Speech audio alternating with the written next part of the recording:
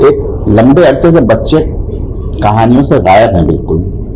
ये हमने कहानी लिखी कि हमने ये सवाल उठाया था कि बच्चे कहानी से गायब हैं लंबे अरसे से जी। आपका बंटी के बाद बड़ी जल्दी कोई कहानी मिलती नहीं। विभाजन के बारे में तो सिंधियों ने भी भोगा है, आखिरकार वो भी वहां से विस्थापित हुए, डिस्प्लेस हुए। तो मेरी जानकारी में कोई उपन्यास नहीं कि हिंदी वाले जो करते क्या है कि आमतौर पर कहते हैं कि हिंदी राष्ट्रभाषा है, पर हम आप जानते हैं हिंदी राष्ट्रभाषा नहीं है। लेकिन ये कहते समय बाकी गर्व से कहते हैं कि वो हिंदी बड़ी राष्ट्रभाषा है। हम कहते हैं कि अगर राष्ट्रभाषा ना भी हो, अगर आप उसे लिंगुआ फ्रैंका पूरे देश को बनाना चाहते हैं जिसमें पूरा देश कम्युनिकेट कर सके, तो क्या आप अन्य देशवासियों का जीवन आपकी कथाओं में आता है? ये एक बहुत बड़ी भ्रांति है कि वर्ण व्यवस्था पूरे हिंदुस्तान में व्याप्त है, क्योंकि वर्ण व्यवस्था जो है वो दूसरे की दरिद्रता पर टिकी हुई है। सामान्य रूप से हर लेखक जो है वो मनुष्य के साथ खड़ा है, इसमें दिक्कत नहीं है। तो विभाजन पर तो बहुत कुछ लिखा गया जी जी, लेकिन जो सिंधी समाज की जो कहानी है जी जी, वो शायद छूटी हुई थी जी। अब और ऐसा इसमें तो एक और बात है जी कि आप उस समाज का हिस्सा नहीं हैं जी, तो इसे आप कैसे देखते हैं कि रचना के साथ कैसे आपकी संगति बनी? अब देखिए, संगति तो ऐसे बनी कि पहले तो मेरी बचपन की कुछ स्मृतियां हैं जी। कि मैं शहर का भी निवासी हूँ, गांव में हमारी लोगों की प्रॉपर्टी थी, जिसे कहना चाहिए संपत्ति थी, लेकिन गांव शहर से 4 किलोमीटर दूर था, तो हम लोग हमेशा शहर में रहे। हमारे बाबा पहले लखनऊ रहे, फिर फैजाबाद रहे, तो 2 जगह हम लोग लखनऊ फैजाबाद के बीच में बांट के रहे। तो फैजाबाद का जो हमारा घर था, तो जब मैं छोटा था तो एक सिंधी परिवार आके वहां बसा था, तो उनकी हमें कुछ स्मृतियां, अच्छा बचपन की स्मृतियां ऐसी होती हैं कि कुछ स्मृतियां बिल्कुल बनी रहती हैं। अभी हालत ये कि कंघी कहाँ रखी है वो याद नहीं रहेगा जी, पर बचपन की किशोरावस्था की स्मृतियां यथावत बनी रहती हैं एक एक चीज के साथ। तो वो एक थी सिंधी परिवार बसा था। फिर धीरे धीरे जब मैं लिखने पढ़ने की ओर अग्रसर हुआ, पहले तो मैं पाठक ही था बहुत, जिसे घनघोर पाठक, हर चीज पढ़ता था, उपन्यास भी, साहित्य उपन्यास भी, थ्रिलर भी, ये भी वो भी, जो कोई चीज मैंने ये नहीं छोड़ी कि ये नहीं पढ़ना, ये नहीं वो करना है। तो फिर बाद में मुझे एहसास हुआ कि सिंधियों विभाजन के बारे में तो सिंधियों ने भी भोगा है, आखिरकार वो भी वहां से विस्थापित हुए, डिस्प्लेस हुए। तो मेरी जानकारी में कोई उपन्यास नहीं था। मैं ये कह रहा हूँ जानकारी में, हो सकता हम नहीं कह सकते सिंधी में होगा, हिंदी में नहीं था। तो फिर मेरे दिमाग में एक बात और आई कि अगर भीष्म, साहिनी और यशपाल इस विभाजन की त्रासदी को या उसको हिंदी उपन्यासों में न अंकित करते हैं, न लाते हिंदी उपन्यासों में जी, तो शायद हमारे हिंदी पट्टी के लेखक तो उससे उनका कोई साबका ही ना पड़ता जी। आप अगर याद करें, देखिए आप बेहतर जानते हैं क्योंकि आप लोग हिंदी के विद्वान हैं, कि कितने ऐसे उपन्यास हैं, कहानियां हैं जो कि उन लेखकों द्वारा जो हिंदी पट्टी के लेखक इन द सेंस हैं कि भाई यही पले बढ़े पीढ़ियों से जन्मे पले बढ़े, और वो पंजाबी या सिंधी नहीं है। तो कितने आपको मिलेंगे हिंदी लेखक जिन्होंने विभाजन पर लिखा है। तो मुझे तो नहीं, ऐसे मैं स्मरण नहीं कर पा रहा हूँ कि कोई महत्वपूर्ण उपन्यास किसी गैर उसने जो है लिखा हो। और सिंधी पे तो मुझे कोई समझ नहीं आया, सिंधी में तो लिखा है लोगों ने।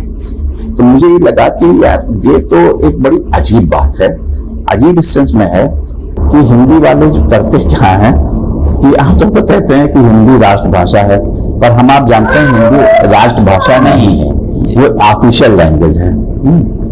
तो अब लेकिन ये कहते समय बाकी गर्व से कहते हैं कि हिंदी बड़ी राष्ट्रभाषा है। हम कहते हैं कि अगर राजभाषा ना भी हो, अगर आप उसे लिंगुआ फ्रैंका पूरे देश को बनाना चाहते हैं जिसमें पूरा देश कम्युनिकेट कर सके, तो क्या आप अन्य देशवासियों का जीवन आपकी कथाओं में आता है, कहानियों में आता है? नहीं आता है। वो तो छोड़िए, अरे साहब कौन सा बंगाली, मद्रासी और केरल का ये पात्र आपकी कहानियों में आते हैं जी नाम ही नहीं आएंगे जल्दी, उपन्यास नहीं आएंगे, क्योंकि सब वही आएंगे जैसे ये है ना जी जी कि जो हम लोगों के सरनेम है, आसपास के जो नाम है वही सब वही सब आते रहेंगे। उसमें गिनाने की जरूरत नहीं कि कौन कौन से सरनेम आते हैं, क्या क्या आते हैं। तो ये चीज हमको लगी कि ये तो हिंदी लेखक जो हैं, ये तो एक हिंदी भाषा की को एक समझिए कि ये डिथ्रोन करने की बात है कि अगर आप उसे बचाते हैं कि सब हर हिंदी लेखक चाहता है, जैसे मैं भी हिंदी का लेखक हूँ, कि भाई हिंदी में अच्छे से अच्छी चीज आवे और हिंदी एक व्यापक भाषा बने और इसकी व्यापक स्वीकृति हो। पर उसके लिए जरूरी है कि एक उसका समाज भी व्यापक होना चाहिए, पर उसका समाज व्यापक नहीं है। इसने मुझे प्रेरित किया कि मैं लिखूं जी। और फिर उसके लिए मैंने करीब 7-8 साल पहले मैंने पढ़ना शुरू किया और पढ़ने के बाद जो है कुछ नोट्स लेने शुरू किए, फिर मैंने उसको लिखा, इस बीच और भी लिखा, कहानियां लिखी और चीज लिखता रहा। तो करीब 7-8 साल में जाके ये उपन्यास तैयार हुआ और फिर मैंने उसको भेजा। तो 2-3 साल तो प्रकाशक के पास रहा, तो इसके बाद ये आया। ये है। ये जब आपकी लेखन की शुरुआत हुई होगी तो उस समय आपके अनुभव भी अलग अलग हुए होंगे कि कहानी लिखी गई और कहानी छपने में और लिखने में काफी अंतर भी लोगों का रहा है। आपका क्या अनुभव रहा कि पहले कहानी जब आपकी छपी दाग, तो वो क्या कहानी थी उसके पीछे की, कहाँ कहाँ भेजी आपने? यही तो खास बात है जी। देखिए, मैं राजेंद्र यादव से बहुत सी बातों में असहमत रहा हूँ, बाद में मैंने हंस में लिखना छोड़ दिया था जी। वो मैं बता रहा हूँ, आप जब पूछेंगे जैसा से मैं बताऊंगा मैंने क्यों लिखना छोड़ दिया था। मैंने कहानी भेजी जी और कहानी भेजने के बाद जो है उनकी चिट्ठी आई कि आप इसे अगर थोड़ा सा वो कर सकें जी। तो मैं इतना मूड था उस समय जी कि जैसे मुझे लगता था कि ये तो बड़ी जाती मेरे साथ हो। मैंने कहा देखिए मैंने भेज दिया, आपको छापना हो ऐसे। उन्होंने लिखा होता है कि अगर आप कहेंगे तो उनसे यथावत छाप देंगे, तो वो कहानी यथावत छपी। अब मुझे लगता है कि ये उनकी सदाशयता थी, जो मेरी पहली कहानी थी, वो चाहते तो ना छापते, लेकिन उन्होंने मेरे इस जवाब का बुरा नहीं माना और उन्होंने उसे कहानी छाप दी। पहली कहानी थी ये सबकी बात है, ये बात है शायद 91-92 की। लेकिन मैंने 39 वर्ष की उम्र से लिखना शुरू किया। मैंने लेख लिखना शुरू किया। अच्छा, उसका कहा क्या था, मैं पढ़ता तो बहुत था, तो मुझे लगा कि यार तो मैं भी लिख सकता हूँ कोई लिखा भी जाए। तो उस चक्कर में मैंने लिखना शुरू किया। तो अब जाहिर से जब हम उस चक्कर में लिखना शुरू करते हैं तो खाली अपनी संवेदनाएं होती हैं, उनमें कोई ऐसा जैसे ये नहीं रहता है कि कोई खास एजेंडा या विमर्श लेके लिखें, क्योंकि सामान्य रूप से हर लेखक जो है वो मनुष्य के साथ खड़ा है, इसमें दिक्कत नहीं है। और मैं अगर लेखक न भी होता तो मैं अपनी परवरिश में या जो मेरी जीवन दृष्टि थी या जैसे मैं नौकरी की, मैं हमेशा मनुष्य के साथ खड़ा रहा। ऑफकोर्स भाई नौकरी जरूरी हुई जाते हुए, तो मुझे ये बड़ी भारी दिक्कत नहीं हुई कि मैं कोई दीक्षा लूं किसी से लिखने के लिए। मैंने किसी से कोई दीक्षा नहीं ली, मैं दीक्षा अब तक नहीं लेता। मैंने कभी संपादक के डिक्टेशन पे कुछ नहीं लिखा। साल भर में 1.5 साल में कहानी लिखता था, भेज दिया, छप गई, बस ये संतुष्ट होती थी, खुशी मिलती थी कोई कहानी छपी है। बहुत दिन तक तो मैं इस बात से लापरवाह था कि उस पर कोई कुछ लिखता है कि नहीं लिखता है, इसकी परवाह नहीं की। उपन्यास छपा, कोई नहीं, छप गया, स्थान संग्रह छप गया। रिटायरमेंट के बाद मैंने ये महसूस किया कि नहीं भाई, ये भी देखना चाहिए कि लोगों के पास जाए जी। तो सबसे पहली बार जब ये उपन्यास छपा बस्तियों का कारवा, तो मैंने इसके लिए कोशिश की कि मैं लोगों को बताऊं कि देखो भाई मेरा ये छपा है। ये मेरे जीवन की पहली कोशिश नहीं मैंने की जी। मैं लोगों को से कहता हूं कि आप इसे पढ़ें, मैं ये कोशिश करता हूं। एक उपन्यास की कहानी है, एक तो आपने ये बताया कि लिखने की जो पूरी पृष्ठभूमि है वो क्या रही, इस समाज को जो वर्ग है वो बाकी के समाज से कैसे अलग, बाकी समझते हैं कैसे अलग हैं जो और भी लोग स्थापित हुए, चूंकि ये तो व्यापारी थे, तो इनके साथ क्या कहा? देखिए, ये उतने अलग नहीं जितना कि समझा जाता है। ये मूलतः तो व्यापारी थे, पर जो ऐतिहासिक पृष्ठभूमि ये है कि चार्ल्स नेपियर ने जब सिंध विजय की जी, तो उसके पहले हिंदू सिंधियों को जमीन रखने का अधिकार नहीं था, जमींदारों को, मतलब जमींदार बनने का अधिकार नहीं था, ये जमीनों के मालिक होने का। चार्ल्स जब सिंध जीत लिया उन्होंने उससे, तथा शासक थे, वो मेरा नाम इस समय भूल रहा हूँ, अमीर थे, तो तब इसके बाद हिंदू सिंधियों ने भी की भी जमींदारियां शुरू हुई। तो अनेक ऐसे लोग भी थे कि जो बड़ी बड़ी जमीनें वहां खो के आए हैं, आगे चल के आपको मिलेगा जी। और मुस्लिम जो वो था हरवाहा, जिसे हम लोग तरफ आप हरवाह शब्द समझते हैं, वो हारी वहां कहलाते थे। अच्छा। तो अनेक ऐसे लोग थे तो जिन्हें बड़ी बड़ी जमीनें खो के आए, सब उसमें व्यापारी नहीं थे, लेकिन व्यापार इनकी घुट्टी में था।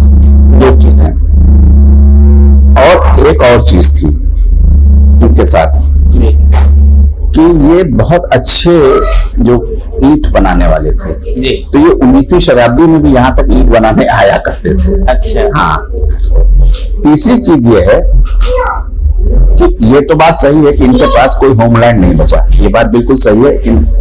इनकी संस्कृति, हर संस्कृति का एक फिजिकल या ज्योग्राफिकल स्पेस होता है।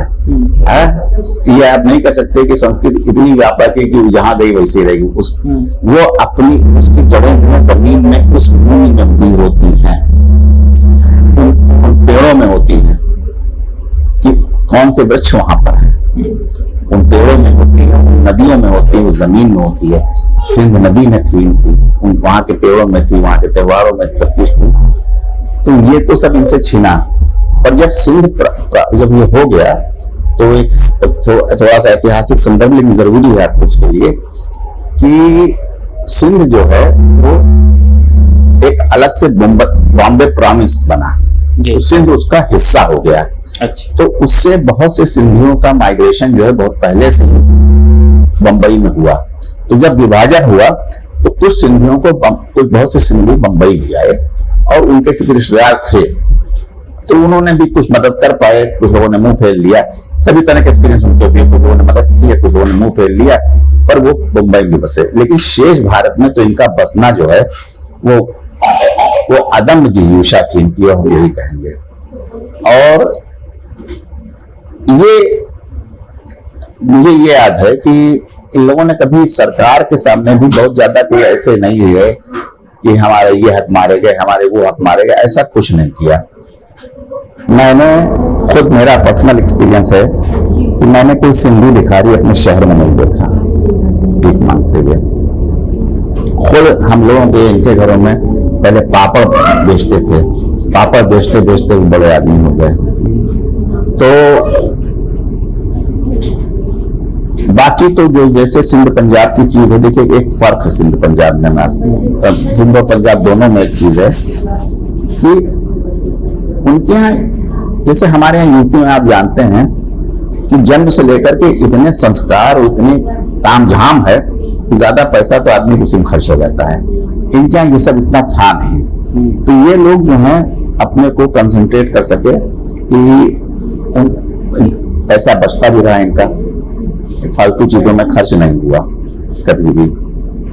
तो कुल मिला के डिफरेंस ये था कि भाई इनके पास ये जरूरत है कि इनके पास लोकल सपोर्ट बंबई छोड़ के कहीं भी नहीं था, और जबकि पंजाबियों के पास लोकल सपोर्ट पूरा पंजाब में था। बंगालियों के पास जो मतलब ईस्ट पंजाब में था, बंगालियों के पास वेस्ट बंगाल में था। तो ये इनसे बड़ी चुनौती सिंधियों के सामने थी, और उस चुनौती में को मीट करने में ये सफल सिद्ध हुए। और आज की डेट में आप देख ही रहे हैं कि एक आम सिंधी एक अन्य आम भारतीय से समृद्ध है। और वह अगर कुछ रह गया हो जाए जी, सवाल में नहीं। तो बताइए। एक और सर इसमें बात है कि जैसे आमतौर से जो हमारे समाज की संकल्पना है तो उसमें लेना देना दोनों होता है, जब संस्कृतियों के बीच इस तरह से मेलजोल बढ़ता है। तो इस समाज ने अपने आप को कैसे हिंदुस्तान में रखा, क्योंकि यहाँ पूरा जिस तरह से समाज की संरचना है उसमें बहुत सारी अनावश्यक चीजें भी हैं, बहुत सारी चीजें ऐसी भी हैं जो इस समाज को पीछे ले जाने वाली, लेकिन ये समाज अपने आप को उससे बचाए रखता है। क्या कारण रहे इसके? अब ये है कि इनके अपने पहली बात तो आप जान लें कि सिंधियों में कोई प्रीस्टहुड नाम की चीज नहीं है। ब्राह्मण नाम की जाति है लेकिन वो एक फंक्शनल जाति है। ऐसे जैसे कि भाई आपके यहाँ शादी ब्याह हुआ तो आप इनको बुलाते हैं, उनको बुलाते हैं, इंगेज करते हैं, उनको भी इंगेज कर देते हैं, लेकिन वो कोई प्रीस्टली ऑर्डर या जिसे कहना चाहिए कि ये बड़ी खास बात है कि जैसी जात व्यवस्था हम लोग समझते हैं वर्ण व्यवस्था, वैसी सिंध में कभी भी नहीं थी। और सिंध में कोई अस्पृश्य सिंधी नाम का व्यक्ति नहीं था। इतना जो जिन्हें अस्पृश्य कार्य समझते हैं, ये भी एक दिलचस्प बात जाननी है। उसके लिए बहुत से लोग जो हैं वो यूपी, बिहार या गुजरात से जाते थे और वो कार्य करते थे जिनको अस्पृश्य कार्य कहा जाता है। तो सिंधियों में कोई अस्पृश्य जात नहीं थी। सिंधियों में वर्ण व्यवस्था द्वारा निर्धारित जातियां नहीं थी। तो यहीं पे जरूरी है ये बताना कि यार ये एक बहुत बड़ी भ्रांति है कि वर्ण व्यवस्था पूरे हिंदुस्तान में व्याप्त है। सिवाय हिंदी पट्टी को छोड़ दीजिए, मुझे बताइए कि एक्चुअली देखो हम बताएं, ब्राह्मण और दलित दो ही हैं ऐसी कौमें हैं, जातियां हैं जिनकी पैन इंडियन एग्जिस्टेंस और प्रेजेंस है, बिल्कुल अखिल भारतीय उपस्थिति है उनकी। बाकी आप मुझे बताओ, बंगाल में क्षत्रिय कोई कौम, कोई क्षत्रिय नहीं, वैश्य कोई नहीं। ऐसे ही तमिलनाडु वगैरह में ब्राह्मण एंड नॉन ब्राह्मण्स, उसमें भी वो बीसीए सब 1924 से बाद सब शुरू हुआ। तो ये एक भ्रांति है कि साहब पूरे भारत में जो है वो एक ब्राह्मण क्षत्रिय वैश्य शूद्र जैसा कुत्ता सामाजिक अवस्थिति है, ऐसा कुछ नहीं है। सिंधियों में ये कभी भी नहीं थी। सिंधियों में आमिल थे और भाई बंद थे और शिकारपुरी, इस तरह की चीज थी। आमिल लोग सरकारी नौकरियों में थे, भाई बंद लोग व्यापार करते थे और शिकारपुरी, जहां तक मैं सुना, दूर दूर तक जाते थे करने, बहुत दूर दूर ये व्यापार करने जाते थे। तो हमारा अपना मानना यह है कि जहां भी वर्ण व्यवस्था का प्राबल्य रहा है वहां दरिद्रता रही है। ये मेरे अपनी ऑब्जर्वेशन हो सकता है, ये आपका ऑब्जर्वेशन है? ये मेरा ऑब्जर्वेशन है। वहां ये है क्योंकि वर्ण व्यवस्था जो है वो दूसरे की दरिद्रता पर टिकी हुई है। हाँ, सिंधियों में चूंकि वर्ण व्यवस्था नहीं थी, इसलिए उन्होंने जो उनके साथ हुआ, जो जिसे कहना चाहिए अपघात हुआ और जो डिस्प्लेस हुए, जो गरीबी आई, जिल्लत आई, जल्दी से उन्होंने उस पर विजय प्राप्त कर ली, समृद्ध हो गए। ये मेरा ऑब्जर्वेशन है। सर वैसे जब आप साहित्य की दुनिया में सक्रिय हुए तो उस समय तो काफी बड़े बड़े नाम थे 1980 के दशक में, तो उनमें से आपका भी किसी न किसी से जुड़ाव बना होगा। तो लेखन में कौन लोग ऐसे थे जिनको आप अपना अग्रज मान रहे थे? देखिए 90 से मैंने लिखना शुरू किया। अच्छा, मैं जैसे कहते हैं एक्लेक्टिक रीडिंग करती, मैंने कुछ छोड़ा ही नहीं फिर पढ़ने के लिए। कोई ऐसी चीज नहीं थी जो मैं नहीं छोड़, क्योंकि मुझे अंग्रेजी और हिंदी दोनों भाषाओं में, आप लीजिए दोनों भाषाओं में ये तो नहीं कहूंगा समान गति होती है, भाई मातृभाषा में जो गति होती है वो तो आपकी किसी विदेशी भाषा में हो ही नहीं सकती, लेकिन मैं दोनों में मतलब तैर सकता था दोनों भाषाओं में। तो मैं अंग्रेजी के मैं शुरू से पढ़ता था और हिंदी भी उसी साथ पढ़ता था। और हिंदी में केवल यही नहीं कि केवल हिंदी वालों को पढ़ता था, हमारे समय में हिंद पैकेट बुक्स के सौजन्य से यानी कितने बंगाली, कितने तमिलियन, कितने मलयालम इतने राइटर्स अनुदेश होकर के आए थे कि उनको सबको हमने पढ़ा है, और बाद में और कुछ अनुदेश पढ़ा है।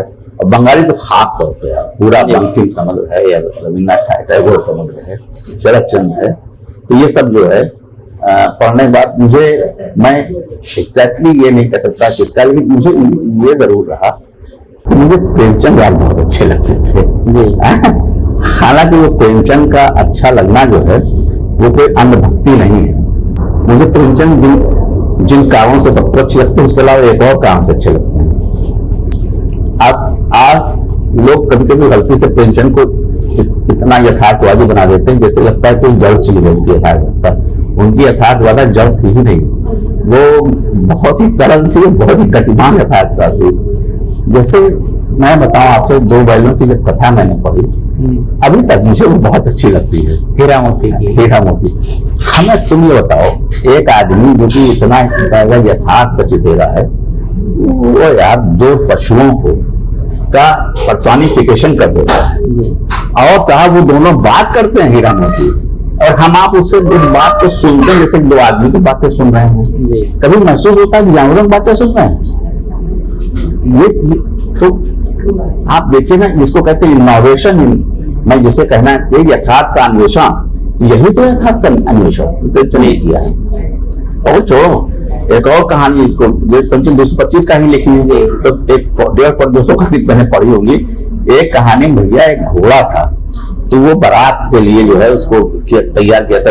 वो घोड़ा जो था वो किसी की सवारी घोड़ा था, बारात में जोड़ दिया था। वो अपने आगे चलने से इनकार कर देता है, उसने बारात का नाश कर दिया, उसको जोड़ दिया गया उसमें जो बग्घी टाइप में, उसने आगे बढ़ने से इनकार कर दिया था। एंड जब और प्रेमचंद बात करें आराम से यार, अच्छा प्रेमचंद की एक प्रैक्टिस भी थी, कायाकल्प जो है वो उनकी कहानी भी आता है, उपन्यास भी आया है। कहीं कुछ था कि जैसे एक सुंदर निरोह काया जो है उसका एक स्वप्न सा या मुंह सा बना रहता है। तो मुझे लगता है ये क्या है, ये भी सब यथार्थ का अन्वेषण है। आपको ध्यान होगा क्या, कायाकल्प अक्सर आता है जी, जैसे मतलब हाँ ये ऐसा हो जाता है, वैसा होता है। रानी साहिबा ने कायाकल्प कराया था। एंड अब आप वो देखो, हमें कौन सी कहानी से मिस पद्मा रहती है जी, ध्यान है? हाँ, मैंने उसको रिकॉर्ड किया था।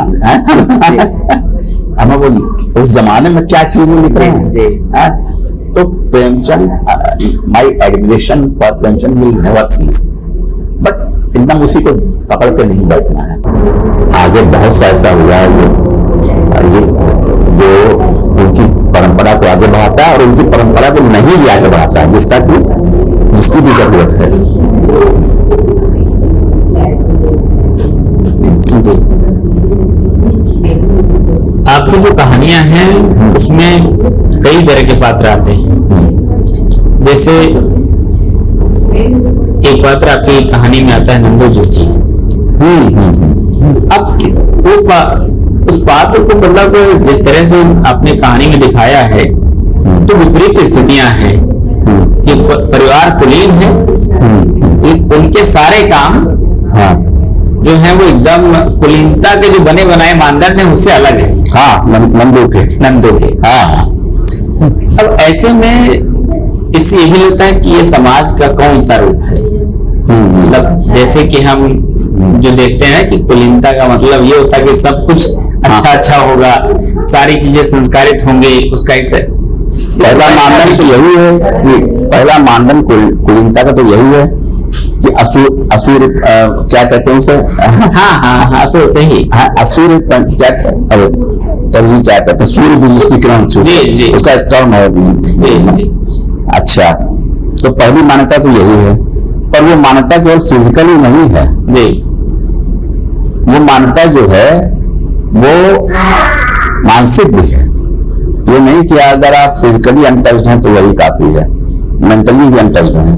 आपको ध्यान होगा, और ये कहीं और से नहीं आती है, आपको ध्यान होगा रामायण में सीता कहती है राम के अलावा मैंने स्वप्न में भी किसी आदमी पर नहीं सोचा हो जी, तो मैं ये दम दिया जाए जी। तो ये एक चीज है, ये एक दृष्टि थी जी। नंदी जी जो हैं उनका विवाह हो गया, एक इसके पहले उनके विवाह स्वप्न में एक के बाद एक लोग आते गए और तरह तरह के लोग आते गए जी हैं। जी जी यानी उस मल्लाह की सुगठित देहाती, हाँ देहाती नहीं आती है, पर आप तो अपने नदियों में चलाते हुए मल्लाहों को देखा जी जी जी। तो एक देखिए हर चीज जो है, आपका हर कार्य प्रोफेशन जो है वो आपकी देह को तय करता है जी। हम आप जिस कार्य में, वो हमारी देह तय कर रहा है, तो देख ही रहे हैं आप। सॉरी, ठीक ठाक है जी। अच्छा, ऐसे ही आप देखेंगे कि पहलवान का या जिम में जाने वालों का, उसका मल्लाह जब चप्पू चलाता है तो उसका ये सौष्ठव जो है देखते ही बनता है ना। ऐसे ही और भी लोग हैं, तो वो उनका सौष्ठव उसका भी देखते हैं, सौष्ठव देखते हैं मल्लाह का। और बाकी किसी और कई आते हैं, क्रिकेटर आते हैं। अच्छा, वो ऐसी मतलब रहती है कि जैसे जो भी दिखता है हीरो का एक, वो उसी पे मुग्ध हो जाती है। और कुछ दिन उसका स्वप्न लेती हैं, फिर उस स्वप्न से आगे निकल के वो दूसरे स्वप्न में चली जाती हैं। यानी वो एक माइग्रेट करती हैं, एक के बाद एक माइग्रेट करती हैं। फिर इसके बाद क्या जाती है? शादी। तो अब शादी क्या है? ये सारे स्वप्नों की आहुति है जी। मतलब उसका उसमें मैंने दिखाया जी जी। मैं विवाह की संस्था का बड़ा पैरोकार हूँ, लेकिन उसमें दिखाया तो कुछ नहीं। फिर उसके बाद मैंने उसमें कहा ना कि कैसा जीवन, जैसे रसगुल्ले का रस निचोड़ के डायबिटीज वाला खाता है रसगुल्ला, जी। कभी खाते देखा है इसको? क्या खाता है? तो कहते भी हैं कि मौसी से अपने, हाँ, कि शादी में करके मजा नहीं आया। एक वाक्य सिर्फ मजा नहीं आया, मैंने और कुछ नहीं कर रहा है, कोई विमर्श नहीं रखा कुछ नहीं, एक वाक्य मैंने कहा भाई समझो इसको, मजा नहीं आया। अब जिंदगी में मजा नहीं आया तो यार क्या आया? सोचो जरा सर, हम मजा ले रहे हैं,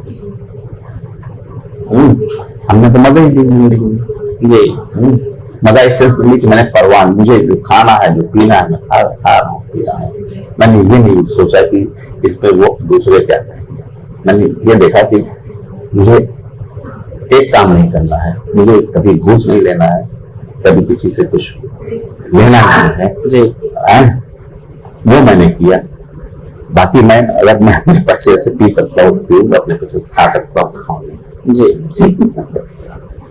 अब ये जो नंदू जी का ये जो चरित्र है, ये मतलब थोड़ा जिज्ञासा भी पैदा करता है कि समाज में ऐसे बहुत सारे पात्र होते हैं जो इसी तरह से जीवन जीते हैं कि वो मजा नहीं आता, मजा नहीं आता, लेकिन जिंदगी जीते हैं। हाँ, जीते हैं। तो उस जीने में जो कुछ बदल जाता है तो वो क्या है? अब जिंदगी में मजा नहीं, तो जिए जा रहे हैं।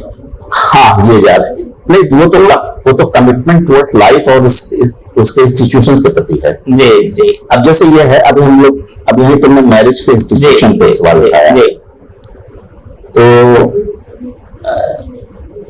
एक प्रसंग है, तो थोड़ा सा स्मरण शक्ति में करती है। वो उद्वालक और श्वेत केतु का एक प्रसंग है जी। अब उसमें पिता कौन था, पुत्र कौन था, ये तुम देख लेना जी। तो उसमें उनका जो पुत्र है, पिता के सामने एक व्यक्ति उसकी माँ को बाह पकड़ करके ले जाता है जी। तो कहता है यार वो क्यों मेरी माँ पैसे ले जा रहा है?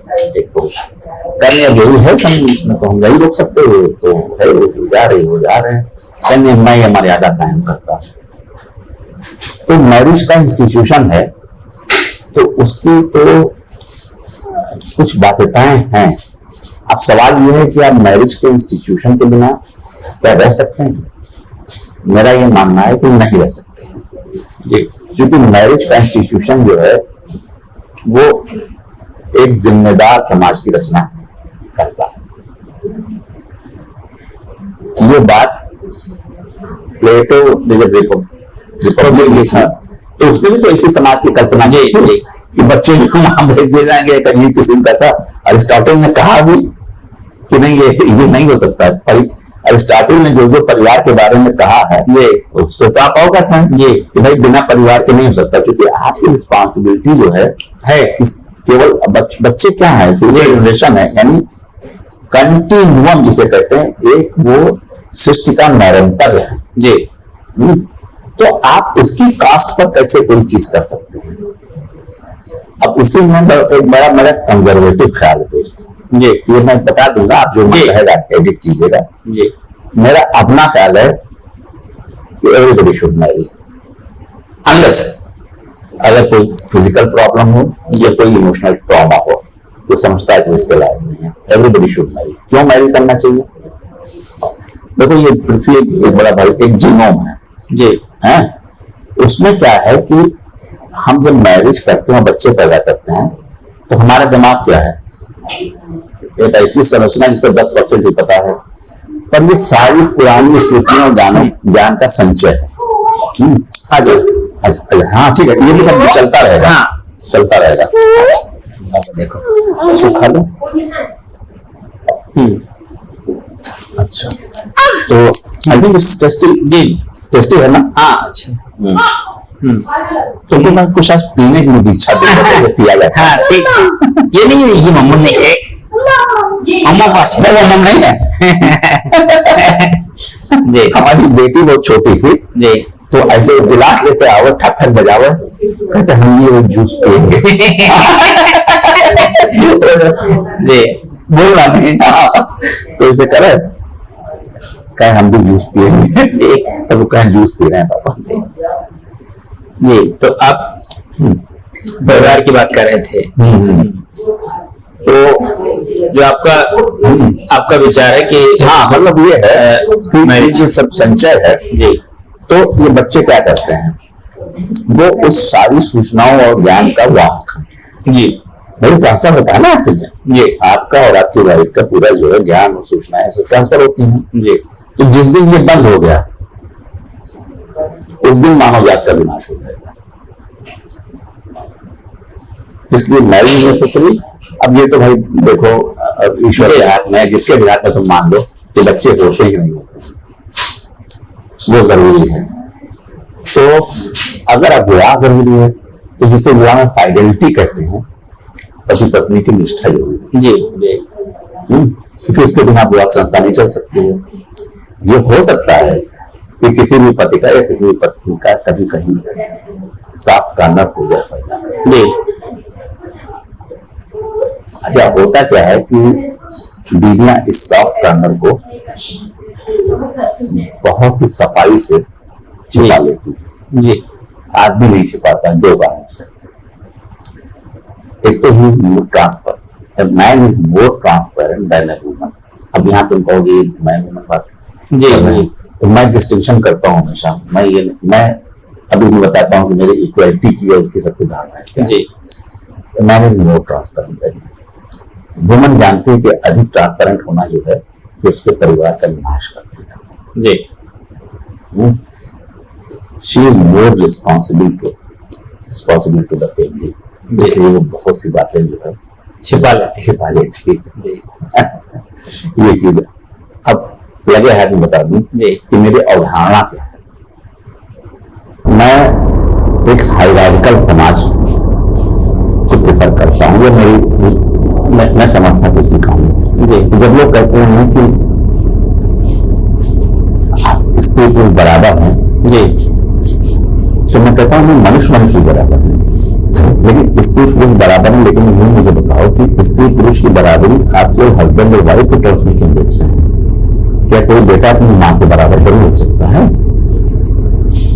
यस, एज जिससे करें से स्पीसीज के रूप में वो बराबर हैं। जी लेकिन रिलेशनशिप्स आर नेवर इक्वल। वो कभी संबंध जो है वो कभी इक्वलिटी के बेसिस पे चल ही नहीं सकते हैं, उसमें कोई हायरार्की होनी पड़ेगी। अब ये बात जरूर है कि who wears the pant in family, कोई इसमें हर्जा नहीं कि कोई फीमेल पत्नी जो है डोमिनेट करे नहीं, होता है ऐसा, इसमें कोई बात नहीं। लेकिन ये कोई इंस्टीट्यूशन चल ही नहीं सकता जब तक उसमें हायरार्की ना हो। रिलेशनशिप इक्वल नहीं, मैं तो नहीं समझता मैं अपनी माँ के कभी बराबर हो सकता हूँ। जी फिर वो तो स्त्री है ना, मैं उनके बराबर तो नहीं करता कभी। वो तो हमेशा हमसे सुपीरियर रहेंगे। तो वो केवल मतलब पुरुष और स्त्री के संबंधों को पति पत्नी के संबंधों में ही चश्मे से न देखें। उसमें माँ बेटे के संबंध, बहन भाई संबंध, विषयों के संबंध, फ्रेंड्स हैं, ये सब। जी जी। तो जो जीवन हमारा है उसमें कई तरह के लोग आते हैं। जैसे उसमें हमारे बचपन के दोस्त आते हैं, अलग धर्म और जाति और संप्रदाय के होते हैं। लेकिन जैसे जैसे हम बड़े होते हैं वैसे समाज के बहुत सारे हमारे आग्रह भी आते हैं। लेकिन क्या हम अपने कभी अपने उस बचपन को, उन बचपन के दोस्तों को हम भूल पाते हैं? भाई मैं तो नहीं भूल पाया जी।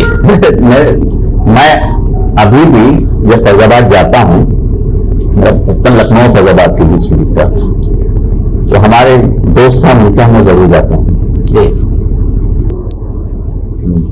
कौन से दोस्तों को आप याद करते हैं जो बाद में आपके जीवन में भी तो रहते ही रहते हैं, मतलब आपके जीवन में रहते हैं, वो कितना आपको याद करते हैं उसकी बात नहीं, हाँ, और उनको आप महसूस भी करते हैं कि अगर वो हमारे साथ होते तो कुछ और होती बात, जो आपकी कहानियों में भी आते हैं कभी कभी? हाँ, मेरे दोस्त तो हमेशा आते हैं जी। जैसे एक हमारे दोस्त हैं ज्ञान जी, और ज्ञानचंद नाम उनका है, और मारवाड़ी हैं वैसे वो, और उनकी उसकी दुकान है तेल की, ज्योति आयल में जी।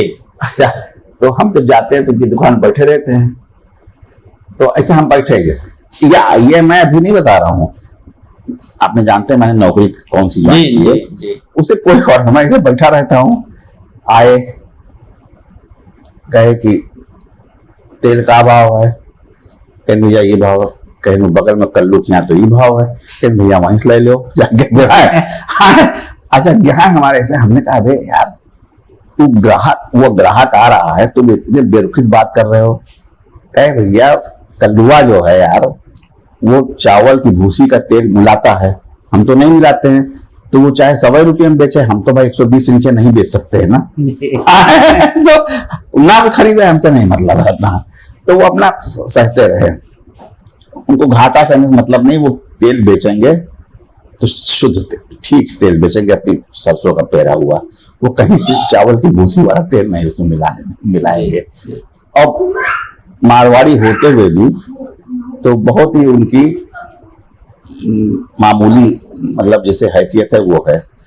तो हम कहे भाई, हमने कहा यार ज्ञान अच्छा पढ़ते लिखते भी हैं, हमने कहा भाई तुम बहुत बढ़िया, मतलब तुम्हारे ख्यात हुए।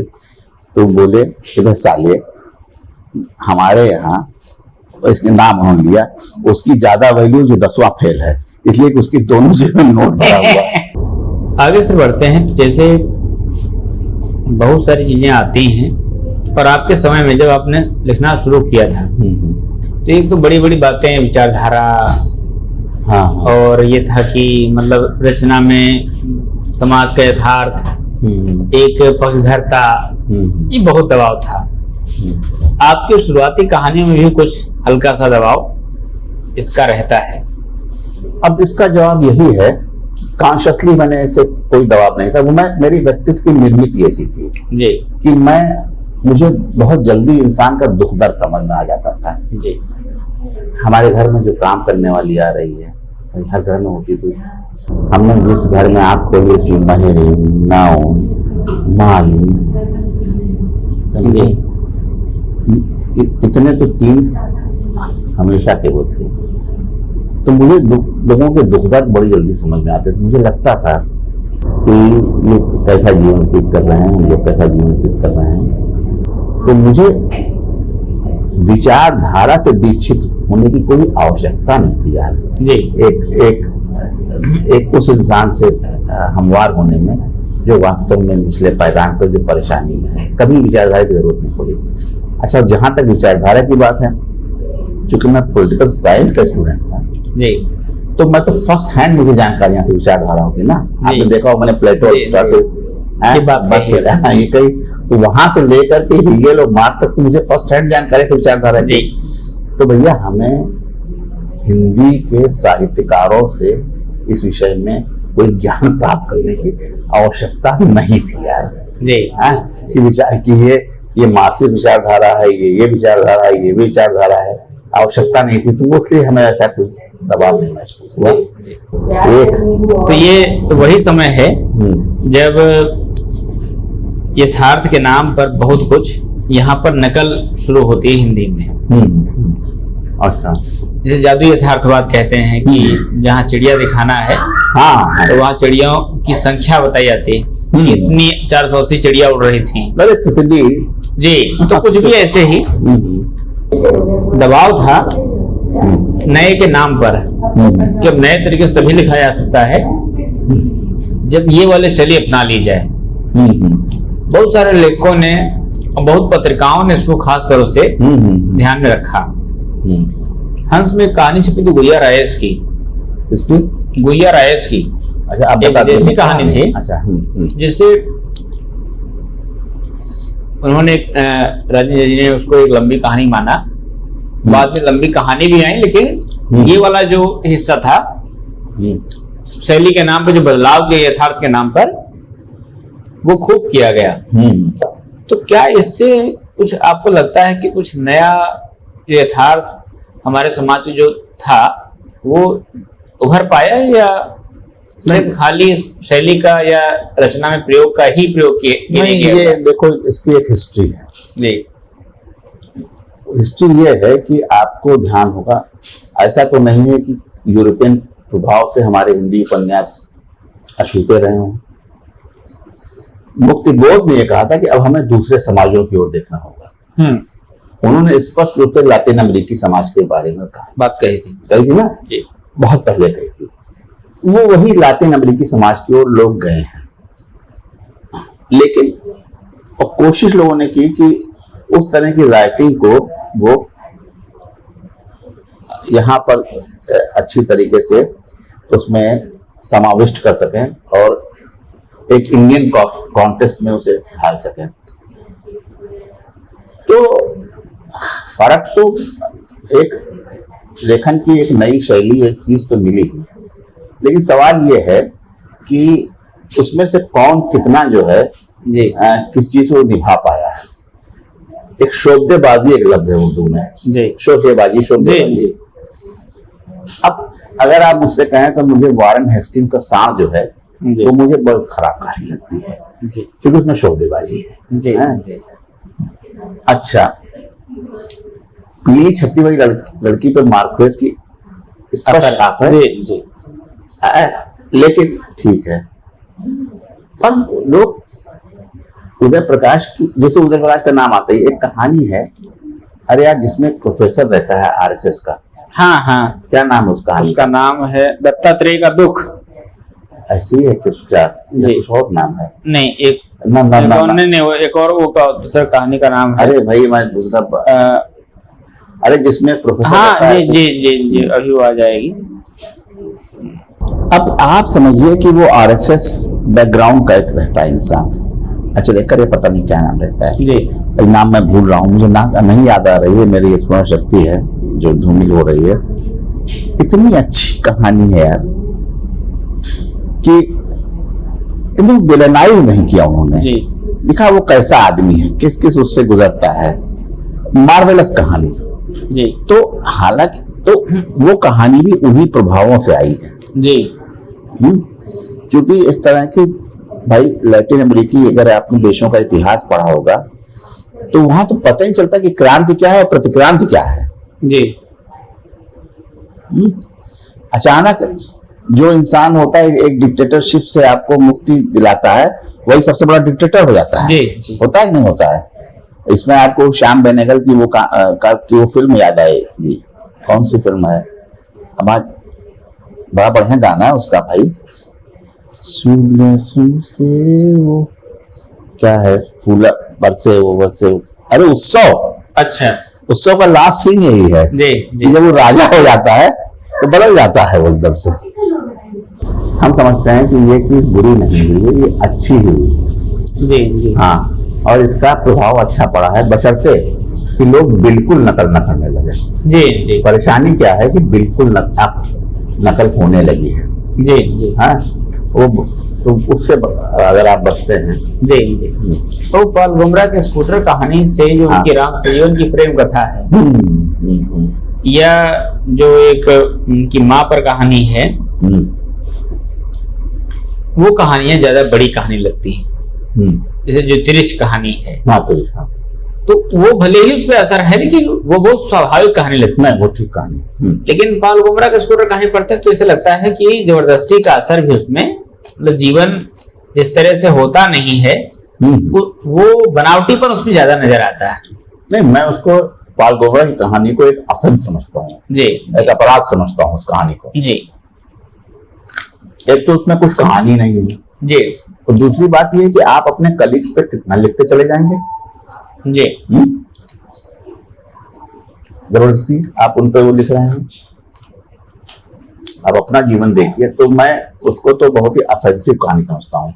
मैं उसे साहित्य में एक दुर्घटना कहता हूँ जी, और उसको जल्दी बुला देना चाहिए।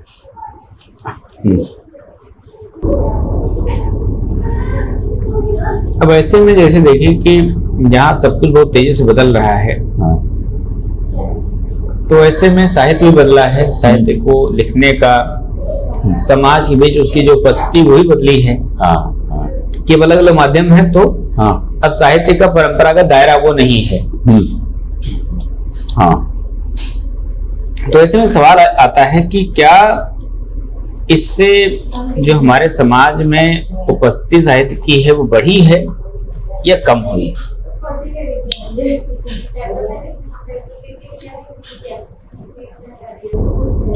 हमारे समाज में गंभीर साहित्य की उपस्थिति कम हुई है। हमारे साहित्य में शोशेबाजी बढ़ी है और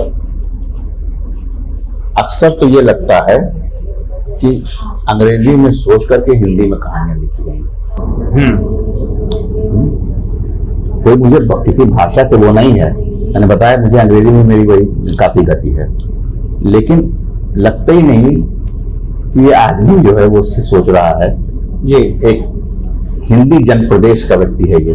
जी, जी। और ऐसी बहुत सी कहानियां आ रही हैं जिनको बड़ा प्रमोट किया गया और ये कहा गया कि साहब ये नए साल की इसकी सब कहानियां। लेकिन चूंकि मैं अंग्रेजी भी पढ़ता रहा हूँ तो मैं आपसे बता रहा हूँ कि एक जमाने में एक कहानी बड़ी हुई, तो एक कविता बताई थी। कविता मेरी गति नहीं थी, मैं जानती, लेकिन मुझे एक कैंसर के बारे में थी। अब वो नाम नहीं याद आ रहा, एक पूरी किताब है कि I am not my breast cancer, ऐसे करके कुछ है, ब्रेस्ट कैंसर पे थी। और पूरी कविता उसकी नकल थी। तो दिक्कत यही है कि ये जो एक तरह से चमकदार वाक्यों वाले, चमकदार इनके सब वाले, उसमें नकल काफी हो रही है। जी। और जैसे बुलबुल एक तरह आता है चला जाता है, बुलबुल तरह आता है चला जाता है, और गंभीर साहित्य की इससे हानि हुई है, जिसे मैं भारतीय साहित्य कहता हूँ। देखिए, हमेशा साहित्य का एक स्थानीय परिवेश रहेगा। जी। उस स्थानीय परिवेश को से अलग करके जी। आप कोई अंतरराष्ट्रीय साहित्य रचें, इसका कोई सेंस नहीं है। जी, जी। आपका जो स्थानीय साहित्य है वही अंतरराष्ट्रीय होगा। पर ये लोगों में कुछ इस तरह की ललक हुई है कि सब एक अंतरराष्ट्रीय किस्म का साहित्य रचा जाए। ये एक भ्रम भी है और इससे नुकसान है हिंदी सबका, पूरे भारतीय साहित्य का नुकसान।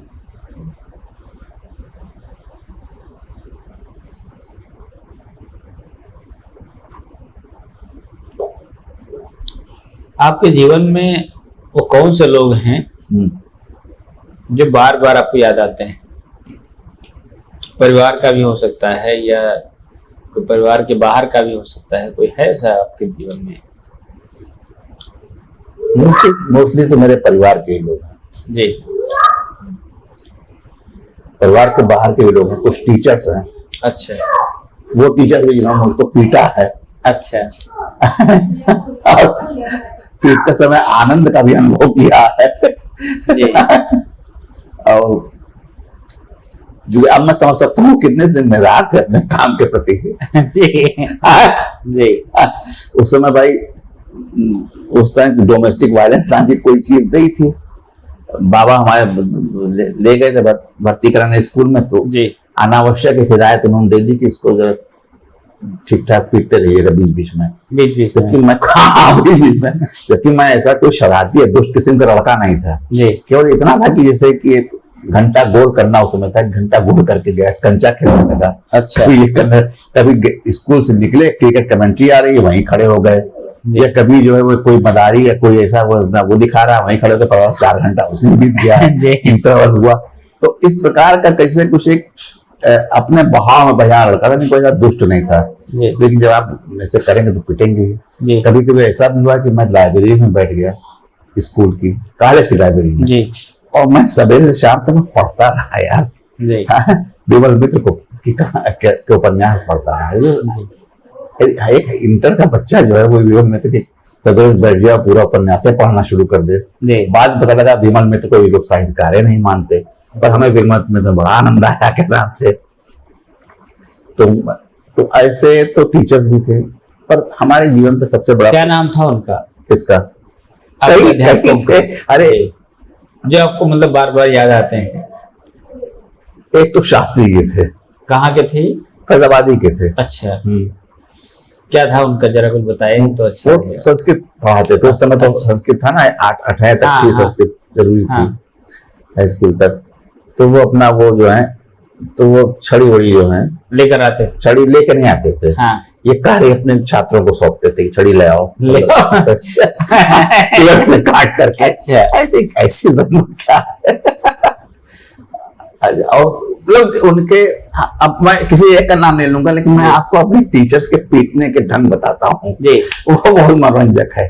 हमारे एक टीचर थे, वो पढ़ाते थे तो बताते थे कि ना पढ़ने के कारण, लीगल यूनिवर्सिटी के थे वो, आज तुम सालों को मतलब यहाँ मास्टरी कर रहे हैं, उनका ये था ना पढ़ने के कारण हमसे कि वो मास्टरी कर रहे हैं, तुम सालों से तुमसे हम जूझ रहे हैं। और वो फलाने जो है वो हमारे साथ पढ़ते थे, वो जज हो गए। और मैं क्या करता था कि लालटेन तब थी उनके समय में, कहते मैं फुटबॉल से उनकी लालटेन को निशाना बनाता था कि वो लालटेन गिर जाए। और आज देखो मेरी क्या दुर्गत कि तुम्हारे जैसे नालायकों के साथ क्या रहेगा। तो ऐसे करते। तो उनका किस्सा दंड देने का ये था, जैसे हम लोग बैठे हुए हैं तो भाई बच्चे बैठते हैं, खुशोर करते हैं, इस पार्ट आउट कर लेते हैं, चलो आओ दोनों जने। तो वो दोनों मित्रों को ये कहते थे कि तुम इन्हें एक झापड़ मारो। अच्छा तो अब भाई आप बताइए, आपके किसी दोस्त को खाए झापड़ तो आप धीमे से तो ही मारेंगे ना, मारा धीमे से, तो अच्छा दोस्ती निभा रहे हो। इसके बाद जिसने धीमे से झापड़ मारा उसको वो इतनी तेज झापड़ मारते तो भाई साहब हमें जैसे फिल्म नहीं कहते लड़खड़ा के आदमी पीछे चला जाए, ऐसे चला जाता था पीछे। तो बाद में फिर ये भैया धीमे से ना मारो झापड़। तो बाद में झगड़ा होता दोनों दोस्तों में, साले तू इतनी जोर से काहे मारे, कहेंगे हम तो है ना हमारे, तो हम खाई तो मैं ठीक है। तो ऐसे ऐसे टीचर थे एक से एक, कि मतलब किस एक का था कि वो रूल को ऐसे उसमें उंगलियों में दबाते थे। अच्छा और ऐसे करके करते थे। हाँ, बड़ा दर्द होता था। बहुत दर्द होता था। एक थे कि वो भूसा पीठ पे भरवाते थे। अच्छा हाँ कि भाई भूसा मारो पीठ पे, भूसा मारो पीठ पे, भूसा मारो पीठ पे। और कोई मुर्गा बनाने वाला नहीं था? मुर्गे वाले भी थे, कम थे वैसे। अच्छा। अलग अलग, हाँ वो भी थे। आमतौर पे तमाचों से काम चल जाता था लोगों का। हाँ। तमाचा है, भूसा है, ये सबसे। लेकिन पर ये होता कि हम लोग जैसे अपनी प्रवृत्तियां होती हैं, मुझे क्रिकेट बहुत कमेंट्री सुनना अच्छा लगता था। अच्छा। और अंग्रेजी मुझे शुरू से समझ में आती थी। अच्छा अब हम अपने बाबा पे आते हैं। मेरे बाबा जो थे वो अंग्रेजी और फारसी के विद्वान थे, उर्दू के। अच्छा क्या नाम था उनका? बाबू श्याम सुंदर लाल जी। तो वो एक पुराना किस्सा है कि अब फैमिली में क्या जाए, मतलब ही वो बहुत बढ़िया पोजीशन पे होते हैं, कुछ ऐसी स्थिति। आप बताइए उनके बारे में। बताएं क्या? जी बिल्कुल। पक्का यार, जी रुचि होगी यार? नहीं सर, रुचि होगी। ये वो कहेंगे क्या बता रहे हैं, इसका कोई आप बताइए ना। आप बताइए। उन्होंने high school first class pass किया 1910 में जी। उस समय होता क्या था कि रुड़की में डायरेक्ट एडमिशन हो जाता था। हाई स्कूल फर्स्ट हाँ ईयर हाँ पास हाँ, करने के बाद। पास में कहीं उनका एडमिशन हो गया है उसके अच्छा। बाद। अब कहाँ हुआ ये नहीं पता, किसी अच्छे इंजीनियरिंग कॉलेज में। जी तो उन्होंने अपना वो हो गया, फर्स्ट क्लास पास करने के बाद हो गया। पर हुआ क्या कि उसी दरमियान मेरे जो पर बाबा थे वो असिस्टेंट स्टेशन मास्टर थे। अच्छा, झांसी- कहाँ पर? झांसी में। झांसी में। तो उनके जो स्टेशन मास्टर था वो एंग्लो इंडियन था। अच्छा उसने उनको कुछ अंग्रेजी में गाली दे दी। जी तो उन्होंने क्या किया, गमलोहा रखा था पास में, तो खोपड़ी पटक दी जी और चले आए भाग के। अब जी। उसके बाद तो अंग्रेजी राज था। तो उनके पहले हमारे यहाँ अंग्रेजी फौज में वो थी, मतलब नौकरी की रवायत थी। जी तो हमारे पर बाबा के बाप जो है वो गए अंग्रेज कलेक्टर के पास और पगड़ी उगड़ी अपनी रख दी जी कि हुजूर ये बेटा आपका गलती हो गई। तो नौकरी तो खैर नहीं मिलनी थी वापस, लेकिन फिर उनका कोई प्रोसिक्यूशन नहीं हुआ। अच्छा, फिर हमारे बाबा को चेचक भी निकल आई, मतलब जैसे होता नहीं। जी लेकिन एक मेधावी व्यक्ति जो है वो, उसका जीवन खत्म हो गया वहीं पर। जी। तो वो उनको बिलोड़ी में क्लर्की मिली। अच्छा, क्लर्की की मिली कहाँ पर?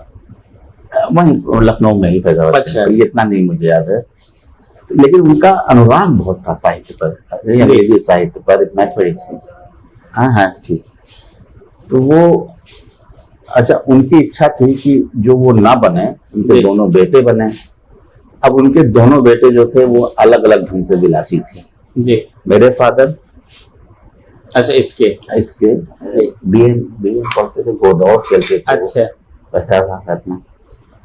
तो मेरे ताऊ जी वो बड़े धार्मिक व्यक्ति थे, तो उनको जो मजा मतलब इसमें आता था, अच्छा मतलब ये फलाने बाबा, ढमाके बाबा उनकी मदद करने में, वो दोनों से नाखुश बहुत रहते थे। हाँ तो अब उन्होंने क्या किया कि वो भैया हम पे जोर देने लगे। अब हमारी बड़ी मुसीबत थी। जी, दो लोगों की जिम्मेदारी आपके ऊपर है। नहीं, मतलब ये है कि दो लोगों के सपनों को आपको पूरा करना है। हाँ, पूरा करना है। जी। ये बड़ी मुसीबत थी मेरे ऊपर। जी तो काफी नाराज कभी कभी रहते थे। कभी कभी वो कहते थे कि ये साला जो है उसका, इन लोगों को ये क्या करेगा। जी। तो नाराज रहते थे मुझसे, लेकिन हो गया अंततः मैंने उनके कुछ सपने पूरे किए। हालांकि मेरा सब था इंजीनियर बनाने का। अच्छा क्योंकि भाई वो पिलोड़ी से इंजीनियरिंग के लिए सबसे बड़ा हाकिम था। जी तो मैं और सर्विस में आया। तो बाबा का मेरे जीवन में बहुत इसलिए प्रभाव है कि उन्होंने टेंसेस के बारे में वो लिखा। और एक बड़ी दिलचस्प बात है जो कि बिल्कुल एक समझिए कि एक लिटरेरी है, उपन्यास उसकी चीज है जो कहीं दिखता नहीं। वो मेरे नाम चिट्ठियां लिखते थे अच्छा और चिट्ठियों को पोस्ट नहीं करते थे, वो वहीं रखे रहते थे। अच्छा बाद में जब मैं बहुत बड़ा हुआ, आज से 10-12 साल पहले मैंने उनके कागजात देखे, जब घरों का बंटवारा हुआ, ये सब हुआ, जी तो मुझे ये ध्यान आया कि यार उन्होंने अर्ली 60s में हैवलक एलिस के बारे में लिखा। अच्छा मैंने कहा बताओ, एक हाई स्कूल पास व्यक्ति हैवलक एलिस के बारे में और मुझे लिख रहा है। जी मुझे क्या समझ है उस समय। वो लिख रहा है कि कभी तो ये लड़का पढ़ेगा। अच्छा तो उन्होंने पूरा एक वंश बनाया, पूरा वंश का इतिहास लिखा कि हमारे यहाँ कौन कौन लोग खराब थे, जैसे होते हैं, कौन जी। कौन अच्छे थे, कौन लालची थे, कौन बदमाश थे, जी जमींदारी थी उसमें कितना पोषण था। हाँ क्या चीज, जी जी कुछ कह रहे हैं? नंबर चल रहा है ना? अच्छा जी अब पर परेशानी ये है कि जब ये पर्सनल चीजें हम कहते हैं ना, तो ये लगता है कि क्या हो रहा है यार, ये कुछ आत्मश्लाघा हो रही है, ये आपने भाई इनका कोई मतलब तो नहीं है ना मेरे साहित्य से। आपको बनाने में इन सबका रोल भूमिका है, बिल्कुल है। तो बिना उनकी बात के ही आप तुम कैसे जान पाएंगे ना? अरे सुख सागर जी नाम किताब के कितने नाम सुना है? हमारे घर में थी ललिता सखी। जी हालांकि उन्होंने कुछ पढ़ने जोर रखे थे कि मैं ललिता सखी वाले पढ़ ना सके। अच्छा हाँ यार, इसके अलावा ये बचाना था कि ये उम्र इस उम्र वाला नहीं है। ये नहीं है। जी पंडित राधे श्याम कथावाचक की रामायण, अच्छा और वो भी उसमें उर्दू में बज उठा पाउंडर बहादुर भीम का, ऐसे होता था। जी क्या भीम के शंख का नाम था ना, पाउंडर या ऐसे कुछ नाम? जी जी बज उठा पाउंडर बहादुर भीम का। रो रे कहाँ मंदोदर नार पिया, अब वन को जइयो ना। जी ये मेरा इतना बचपन किशोरावस्था इतनी समृद्ध थी कि मैं तो लौट तुमने देखा होगा, मैं लौट जाता हूँ वहां पर। जी जी तो ये कहीं कहीं एनाक्रिस्टिक हो जाते हैं, जिसे कहते हैं ना, एक एनाक्रोनिज्म कहते हैं जी जी कि लगता है कि जैसे मैं इस समय में हूँ या उस समय में हूँ। जी जी। अब बाबा की उन बातों को जो आप इस समय दोबारा रिकॉल करते हैं, याद करते हैं, तो कई सारी इसमें चीजें आती होंगी दिमाग में। एक तो बाबा का इतनी दूर तक सोच करके उन चिट्ठियों को लिखना। यार मैं ऐसा मुझे लगता है जो तुम कह रहे हो जादू यथार्थ की बात जी, मैं इसलिए तो मैंने कहा ना जी। कि मैं बिल्कुल से उसकी अवहेलना या मैं उसको डिस्कार्ड नहीं कर सकता या उसे ये नहीं कर सकता कि बिल्कुल वाहियात बात है। जी। भाई वो मेरे पास रखी हुई है चिट्ठियां। जी सोचो जरा सा, उस जमाने में जादू यथार्थ का नाम किसी ने सुना नहीं था। जी यानी वो चिट्ठियां लिखी हुई जो कभी पोस्ट नहीं की गई, जी जी। और ऐसे आदमी द्वारा जो जी। कि हिंदी जानते हो, रिटायरमेंट के बाद उन्होंने सीखी, और अच्छा। रामचरितमानस पढ़ने के बाद, पढ़ने के लिए अच्छा। हिंदी सीखने का उद्देश्य था कि मुझे रामचरितमानस पढ़ना है। तो उनको क्या फारसी आती थी? फारसी, उर्दू और अंग्रेजी। अच्छा अच्छा। अंग्रेजी बहुत ही अच्छी थी उनकी। जी। तो चिट्ठियां हिंदी में थी कि अंग्रेजी में? चिट्ठियां हिंदी में थी। अच्छा। तो उसमें स्पेलिंग्स की गलतियां थी। अच्छा प्रय, जैसे प्री के बजाय प्रय, अच्छा। ऐसे करके। जी। लेकिन इतनी जरूर थी कि अक्षर उनके बहुत स्पष्ट थे। अच्छा जी बहुत स्पष्ट अक्षर थे कि आप उसे मिस नहीं कर सकते हैं कि वो जी। क्या कहना चाह रहे हैं। जी। और बाकी जो वंश विषय, वंश का इतिहास है, वो उन्होंने अंग्रेजी में लिखा था। अच्छा। तो वो तो उन्होंने अपने बड़े पुत्र को संबोधित किया था। जी वो ये कहते हुए कि मैं तुम लोगों के रवैये से बहुत असंतुष्ट हूँ, जी इसलिए मैं अपने वंश का ये इतिहास लिख रहा हूँ कि हम लोगों में क्या एबिलिटीज थी, क्या डिसेबिलिटीज थी, क्या नालायकियत थी, जी। इसकी वजह से हमारे वंश का उत्थान पतन ऐसे ऐसे होता रहा। हाँ। उत्थान में क्या क्या था, पतन भी हुआ, तो उसमें हमें क्या मुसीबतें उठानी पड़ी। तो ये भी समझने के लिए बहुत बेहद जरूरी है। और एक तरह से ये भी है कि उनको अपनी जिम्मेदारी का एहसास था। हाँ, बहुत जिम्मेदार व्यक्ति थे वो। जी। नागर जी ने भी जैसे अपने नागर समाज का इतिहास एक लिखा, और अब मतलब नागर बार बार कहते थे। सुनिए जी, आप अब आगे बात कीजिए ना, मेरे बहुत प्रिय उपन्यास का। जी जी जी, मैंने आपका वो देखा हुआ है। तो वो देखिए बार बार कहते थे कि वो अपने आसपास जो इतिहास बिखरा हुआ है, अपने समाज का जो है, अपने परिवार का जो इतिहास है, उसे भी हमें मतलब गौर करना चाहिए, उसको लिखना चाहिए। और वो सिर्फ ये नहीं कि कोई आप श्लाघा नहीं है, वो इसलिए भी है कि अपने बारे में हम अपने समाज को कितना बता पाते हैं, कितना चीजें संरक्षित कर पाते हैं। तो इस रूप में भी इसका एक मायने है। इससे जुड़ा हुआ है कि आपके जो साहित्य संस्कार बनाने में जो भूमिका निभाई, उसमें लखनऊ के साहित्यकारों की भूमिका कैसे आप देखते हैं? देखिए, लखनऊ के साहित्यकारों में अब मैं बहुत कैंडिडली बात करूं। जी बिल्कुल। जी। मेरी कामता नाथ जी से अच्छी पटरी बैठी। जी। समझिए, इससे कारण यह था कि मैं जिस सेवा में था, कामता नाथ जी जो थे वो तथ्यों के प्रति बहुत ही मेटिकुलस थे। जी। यानी फांसी कैसे दी जाती थी जी। उस समय, इसकी जानकारी, मतलब कई चीज उसमें तथ्यों में कोई भूल नहीं करते थे वो। अच्छा। इतिहास में कोई भूल वो करना नहीं चाहते थे। बाकी उनकी जो दृष्टि थी, रचनात्मक दृष्टि थी, वो थी अलग। लेकिन वो उसमें तो वो अक्सर मुझसे इसके बारे में बात किया करते थे, कुछ सौंप भी देते थे काम। तो लाइब्रेरी जैसे सदस्यता हुई, कुछ किताबें हुई, तो ये मैं मुहैया कराता था। वो बहुत मेटिकुलस थे, बहुत ही। और मैं ये मानता हूँ कि उनके साथ बहुत अन्याय हुआ है, बहुत अन्याय हुआ है। इसलिए कि काल कथा ठीक है, बहुत विषय है, कोई पढ़ेगा नहीं, लेकिन यार ये बताओ, that novel is a chronicle of our times, है? मतलब उसकी अवहेलना करके आपने तो जो दुष्टता की है हम लोगों ने, आपको किसी क्या कहें, इसकी कोई सानी है यार? जी जी। लिखेगा कोई वहां से लेकर पूरे समाज का और राजनीति का इस तरह से इतिहास जोड़ा है। अब आप मुझे बताइए, फिर तो आप टॉल्स्टॉय की वार एंड पीस को किनारे कर दीजिए। हाँ हाँ। हाँ? तो वो मुझे उनके किस तरह से लेखन में वो किस तरह से जूझते थे, किस तरह से करते थे, तो मैं एक व्यक्ति के रूप में मैंने उनका सम्मान बहुत किया। एक लेखक के रूप में कभी कभी मेरी उनसे असहमतियां हो जाती थी, वो इस बुंदे पर कि वो भी उस रूल से बंधे थे कि जो गरीब आदमी है वो अच्छा है और रईस आदमी है वो बुरा है। ऐसा होता नहीं जीवन में यार। जी जी। तो कभी कभी होती, जैसे कहानी थी कुछ पोस्टमार्टम ऐसे जैसे 2 लाशें। 2 लाशें, तो मैंने कहा ये नॉट ए गुड स्टोरी भाई, कामता जी छपी थी। मैंने उनका एक इंटरव्यू भी लिया था, उसी में छपी थी, वो लम्हे वालों ने 2 लाशें। मैंने कहा ये होता नहीं, ऐसा इतना नहीं होता कि जैसे वो ऐसे ऐसे हो जाते हैं, ऐसा नहीं होता है। और ये एक अच्छी बात नहीं है कि गरीब आदमी है तो मतलब बड़ा संवेदन, ये जो प्रेमचंद का ये पाठ है ये मुझे स्वीकार्य नहीं है।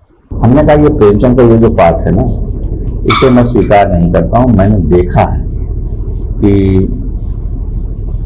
एक सामान्य मध्यवित्त आदमी भी वो है, और हमने कहा ये ऐसा है कि आपको ये देखना चाहिए कि एक गरीब आदमी है, वो रिक्शा चला रहा है, दूसरा जो है डकैती कर रहा है, तो आप उस रिक्शा चलाने वाले का, मजदूरी करवाने का अपमान कर रहे हैं अगर आप ये मान के चलते हैं कि वो गरीबी ने उससे ये करवाया।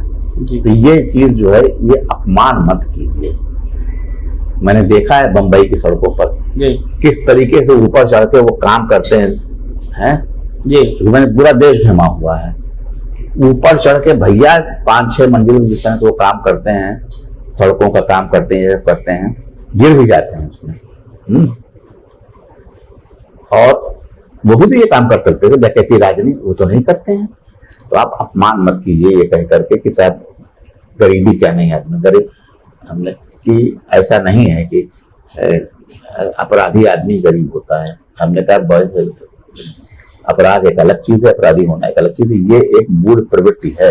मैं ये मानता हूँ कि मनुष्य के अंदर एक हर आदमी के अंदर एक मूल प्रवृत्ति होती है जी। कौन सी रचना आपको ऐसी है उनकी जो सबसे पसंद है? यार एक नर्सिंग होम करके। अच्छा, अरे क्या कहानी यार, अंडरस्टेटेड। मतलब एक औरत है, वो आती है, लड़की बार बार जगती है, मतलब उसमें कहीं कोई चीख पुकार नहीं, कहीं कोई फेमिनिज्म की वो सब नहीं, कहीं कोई विमर्श नहीं। सच ब्यूटीफुल स्टोरी, क्या कहानी यार। ऐसी कहानी लिखने के लिए आदमी अपना दायां हाथ दे दे। क्या खूबसूरत कहानी है। नर्सिंग होम मुझे बहुत पसंद है। वैसे खुद उनको काम का पहिया पसंद थी। हमने कहा आपको काम का पहिया पसंद होगी, तो मुझे नर्सिंग होम पसंद है। जी जी। काम का पहिया तो यही है कि उनके जो सरोकार थे उसके नजदीक थी। अब सवाल ये है ना कि अब सरोकार लफ्ज जो है जी, मेरे लिए थोड़ा सा डाइसी किस्म का है यार। मैं लिखता अपने अंदर से हूँ कि मैं कोई सरोकार है। अब ये भी तो सरोकार ही है यार, एक औरत जो है इस तरीके से। अब मेरी कहानी में तो आपको जल्दी नहीं कोई मजदूर मिलेगा, नहीं है मेरे पास, नहीं है तो नहीं है। मेरी कहानी में मिडिल क्लास आप देखते होंगे एक मध्य वर्गीय परिवार ही मिलता है। क्योंकि मैं नहीं जानता, मैं इंटीमेटली नहीं जानता। और सच बात ये है कि जबरदस्ती घुस के जानने की मैंने कोशिश नहीं की। मध्य वर्गीय परिवार जिनमें कुछ आर्थिक उत्थान पतन होता रहता है, सब हैसियतें बदलती रहती, उन्हें मैं जानता हूँ। तो मुझे नर्सिंग होम उनकी बहुत अच्छी कहानी है और मैं उसको हिंदी की सर्वश्रेष्ठ कहानियों में से मानता हूँ। मैं उसे प्रेमचंद की सर्वश्रेष्ठ कहानियों के बराबर समझता हूँ। और यही पे मैं कहता हूँ कि उनके साथ अन्याय हो। प्रेमचंद ने भी मतलब पहले लिखा था ना कि साहित्य में जो एक ग्रुपबाजी है, हाँ, इस तरह की बहुत सारी बातें उन्होंने कही थी। हम आपके समय में लौटते हैं। आपके समय का जो पूरा देखने का नजरिया बना था लोगों का, तो उसमें कई तरह की धारणाएं बन रही थी। एक तो वो भी समय था जब हिंदुस्तान सोवियत रूस का पतन हो चुका है, तो एक भी धारणा थी।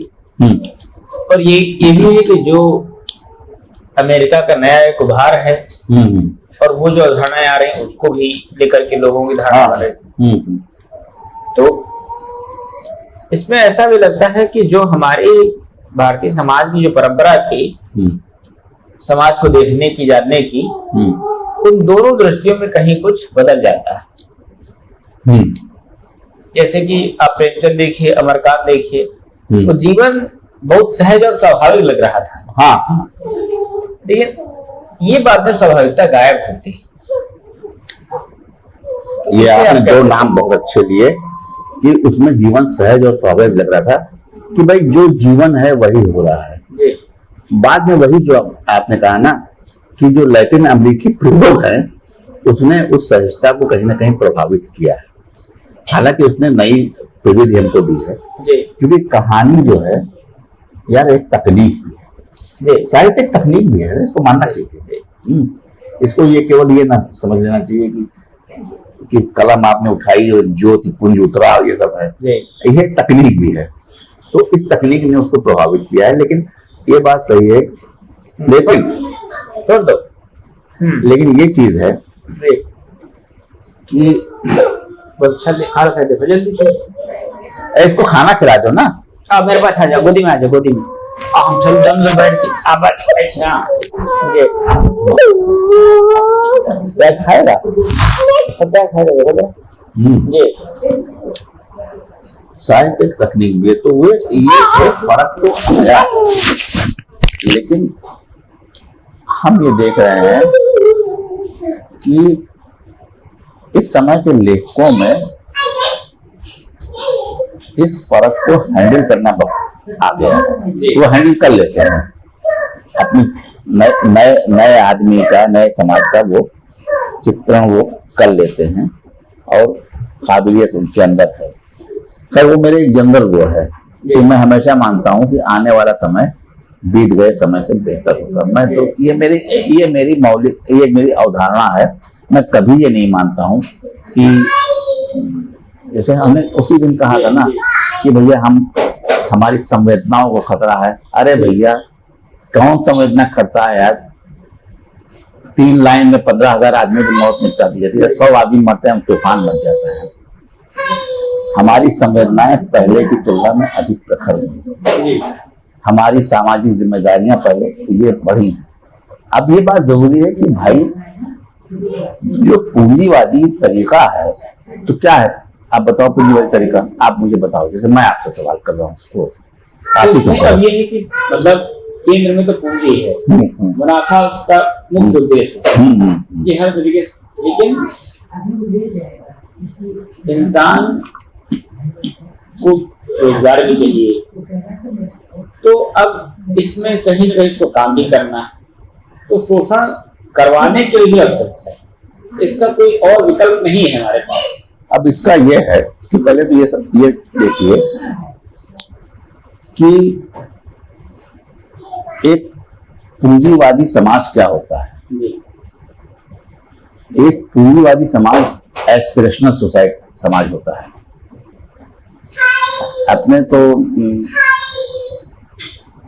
गुलनार मिल्डर की स्मॉल इज ब्यूटीफुल वो भी पढ़ी होगी, और क्या नाम से एल्विन टॉफलर की फ्यूचर शॉप भी पढ़ी होगी, दोनों। तो होता क्या है कि हमारे यहाँ जैसे पहिया आने में अगर 2000 साल लगे, मोटर कार अगर 19वीं शताब्दी में आई तो 1902 में हवाई जहाज आ गया। तो बहुत तेजी से तकनीकी उन्नति हो रही है। उतनी तेजी से तो मानसिक उन्नति नहीं हो रही। एक तो चीज ये है, वो एक डिस्फंक्शनलिटी या एक जैसे टैग इन दोनों के बीच में, साइंस और टेक्नोलॉजी के बीच में रहेगा। लेकिन पूंजीवादी समाज में एक चीज ये है कि वो जरूरतों को पैदा करता है और फिर उन जरूरतों को आपकी इच्छा बनाता है, फिर आपका स्वप्न बनाता है।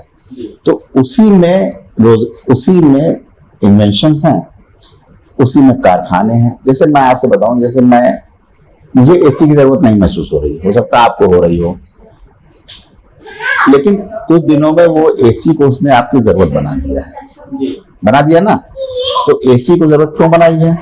इसलिए कि फिर एसी बनाने वाले कारखाने होंगे, मजदूर होंगे, सब होंगे, तो पूंजी का निवेश होगा और पूंजीवादी विकास होगा। ये सब चीजें एक टूरिज्म जैसे, अरे भाई ना हो गोवा का बात है भाई, मतलब बीच ना देखो। हाँ तभी क्या जीव ऐसा तो नहीं ना कि जीवन नहीं चलेगा। आए हैं, बिजनेस दे रहे हैं, तो उसने आपको जो है, आपको आपकी इच्छाओं को आपकी जरूरत बना दिया है। यानी ये एसी होगा, आप तो हद हो गई कि ये ऑक्सीजन आपके एक ऐसा लगाओ जिसमें ऑक्सीजन आपके कमरे में आवे। बेवकूफी की बात है बिल्कुल से। ये तो आप देख ही रहे हैं जो पानी हम लोग पी रहे हैं, ये सब क्या है? ये बिजनेस क्रिएट करते हैं ना, व्यावसायिक एक्टिविटी क्रिएट करते हैं, ये बेरोजगार पैदा करते हैं, ये बड़ी परेशानी है। लेकिन मार्क्स का एक फेमस कथन है, sorcerer will dig its own grave. क्या sorcerer will dig its own grave. ये उनको पूंजीवाद को sorcerer मानते हैं, ये अपनी कब्र खुद खोदेगा, और जो कि ये खोदेगा ही खोदेगा। आखिर कब तक? और खोदता रहता है। तो मेरा ये मानना है कि मैं अभी भी मार्क्सवाद को एक रेलेवेंट फिलॉसफी मानता हूँ, इसलिए कि इसकी लिमिट है यार। आप देखो ना 2008 में किस तरह से मेल्टडाउन हुआ था, क्या क्या हो रहा है, और इसकी पूंजीवाद की भी एक लिमिट है। तो कहीं ना कहीं तो हम एक ऐसा स्वर एक साहित्यकार के पास होना चाहिए कि जो ये उपभोक्ता समाज है, यानी क्या है समय यार, हम सभी लोग क्या उपभोक्ता है, तो ये पूरी तरीके से पूरे समाज को एक उपभोक्ता समाज में परिवर्तित कर दिया। ये हर आदमी उपभोक्ता है, पत्नी उपभोक्ता है, पति उपभोक्ता है, ये रिश्ते उपभोक्तावाद के वो हो गए हैं। और तो इस समाज को जो है पूंजीवाद जन्म दे रहा है। तो इस समाज के प्रति आजकल ऐसे उसको लेखक जो है वो जानता है इसको, पर परेशानी क्या है, वो विमर्श के जाल में उलझा हुआ है। तो जब आप विमर्श के जाल में उलझते हैं तो सच्चाइयां जो हैं, जैसे कहते हैं लिटरेरी ट्रुथ जो है या लिटरेरी वो है, उसमें परतें बहुत होती हैं, तो आप उन परतों को छील नहीं पाते हैं, बिल्कुल नहीं छील पाएंगे। आप बहुत ब्लाइंडली लिखेंगे कि भैया वो नंदू जी ऐसी थी, आप ये समझ ही नहीं पाएंगे कि एक नंदू जी हैं जिनको आदमी के बाद आदमी अच्छे लगते हैं, पर उन्होंने कभी अपने जो पत्नी जो है उसमें डेविएट नहीं किया, जीवन नष्ट हो गया।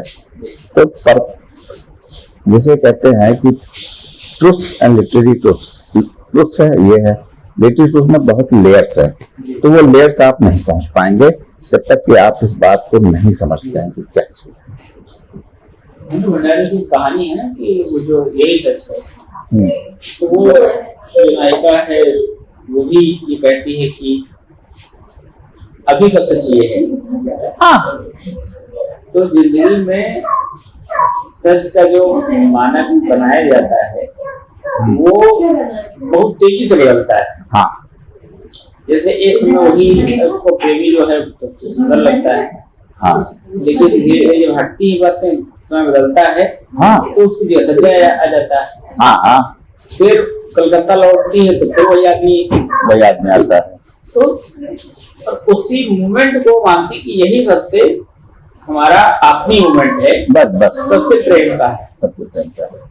तो कहीं मैं रजनीगंधा की बात कर हाँ, की कहानी है, अमोल पालेकर वाली। ब्यूटीफुल। अब ये बहुत कुछ कहती हुई बात है, स्थायित्व न तो प्रेम में है, नेचर में स्थायित्व है। नेचर में जो सुंदर सुबह लगता है, शाम तक आते आते वही पूर्ण सुंदरता के मानक बदल लेता है। एग्जैक्टली, स्थायित्व जो है वो केवल इंस्टीट्यूशंस में है जी।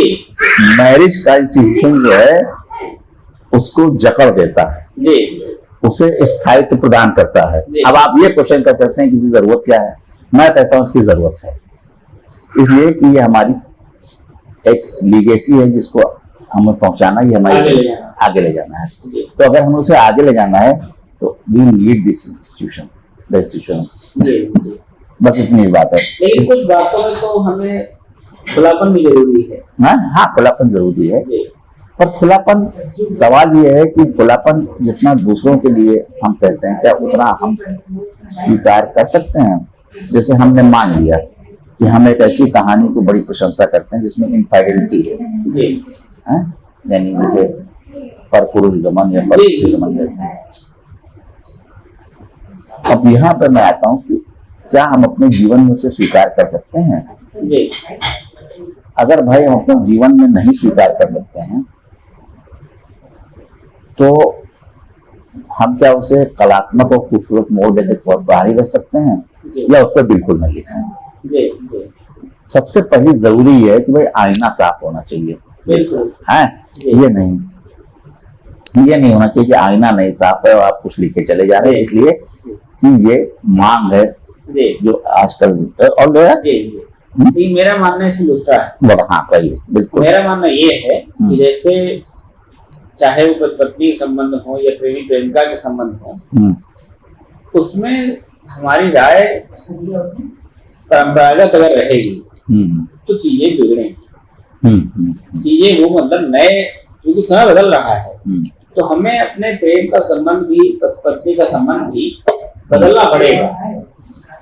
अब देखिए वो तो आपके मानने से नहीं होता है, प्रश्न यही है, विमर्श की बात है। जी मैं जो हूँ, ये जो प्रचलित विमर्श हैं, मैं इनमें बड़ा फूहापन पाता हूँ, जी इसलिए कि वो एक ये विमर्श है, उस विमर्श की मांग इस प्रकार का लेखन है, जी इसको मैं स्वीकार नहीं करता हूँ। चीजें ऐसी हैं कि मैं आपको ले चलता हूँ बहुत पहले।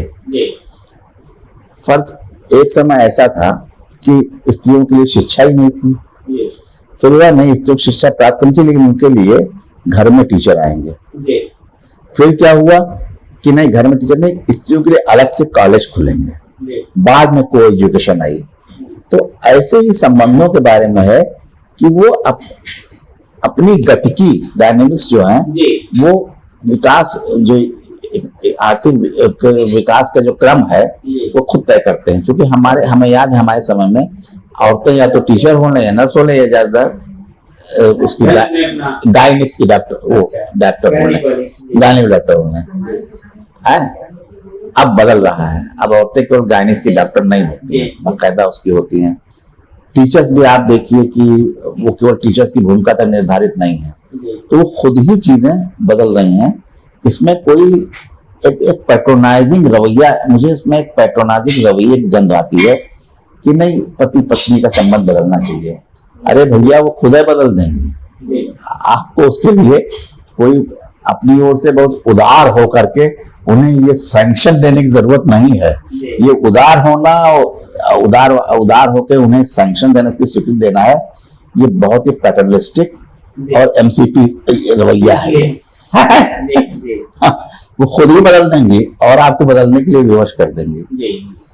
अब पूरे जीवन में कई सारे उतार चढ़ाव आपके आए हैं। जैसे बचपन आया, वो अलग तरह के जीवन था, फिर शहर में रहे, फिर दोस्तियां बनी, फिर प्रशासनिक सेवा में आए, और अब उम्र की उस पड़ाव में हैं जहाँ पर बहुत कुछ धीरे धीरे बहुत तेजी से बदल रहा है। तो आप कैसे देखते जीवन? देखो इसमें ऐसा है कि ये बहुत ऑब्जेक्टिवली नहीं बताया जा सकता, और हालांकि मुझे पहले भी था कि बहुत सी चीजें होती हैं बहुत सब्जेक्टिव होती हैं, लेकिन और ये मुझे इस बात की अनुभूति हमेशा रही, चीजें सब्जेक्टिव होती हैं। लेकिन जब मुझे ये बीमारी हुई आंख की, तो हमारे डॉक्टर थे जो हमें पहले रेटिनल डिजेनरेशन था तो क्रायो सर्जरी की थी। अर्ली 90s की बात है, तो हम बहुत डरे हुए थे, बच्चे छोटे थे, क्या होगा। तो दैट द सर्जरी हेल्ड। फिर बीच में उनका कि आप दिखाते रहिए, बाद में ग्लाकोमा हो गया। तो डॉक्टर दीपक कुमार जो थे हमारे डॉक्टर, हमारे मित्र भी थे, वो KGMU के KGMC के HOD होकर रिटायर हुए थे। तो जब मुझे ये रोग हुआ तो बहुत शॉकिंग रहता है ना, जब आप अपना चेहरा भी नहीं देख पाओ। पहले उन्होंने अक्षर से जांचा, अक्षर तो ब्लैंक होता, तो फिर क्या हुआ, तो मैंने ऐसे करके देखा, अब आधा चेहरा अगर आपको न दिखाई पड़े तो आपको लगेंगे आप हैं क्या, बिल्कुल वहां काला काला दिख रहा था। तो मुझे शॉकिंग एक्सपीरियंस था। तो उन्होंने मुझे एक बात बताई, हालांकि वो सब इसके साईं बाबा के वो सब थे, हम तो उसमें नहीं थे। मतलब हम कभी उस तरह के नहीं हो पाए। तो उन्होंने कहा कि प्रकाश साहब एक बात ये बताइए, हम आपको एक बात बता रहे हैं। हमने कहा बताइए साहब। उनका देखिए, हर आदमी जो है ये लेके पैदा होता है कि बुढ़ापे में उसका कौन सा अंग सबसे पहले शिथिल होगा। कहीं इसका कोई कुछ नहीं कर सकता, वो एज रिलेटेड होता है। जैसे आपको एज रिलेटेड मैक्युलर डिजनरेशन है, मुझे देखिए, मुझे उनको ब्रेन कैंसर वन प्रेस्टिज छोड़ दी थी। क्या मुझे देखिए, मेरा ये हो कि मेरे ब्रेन के सेल्स सबसे पहले खराब होंगे, मुझे कैंसर हो गया, आपको ये हो गया।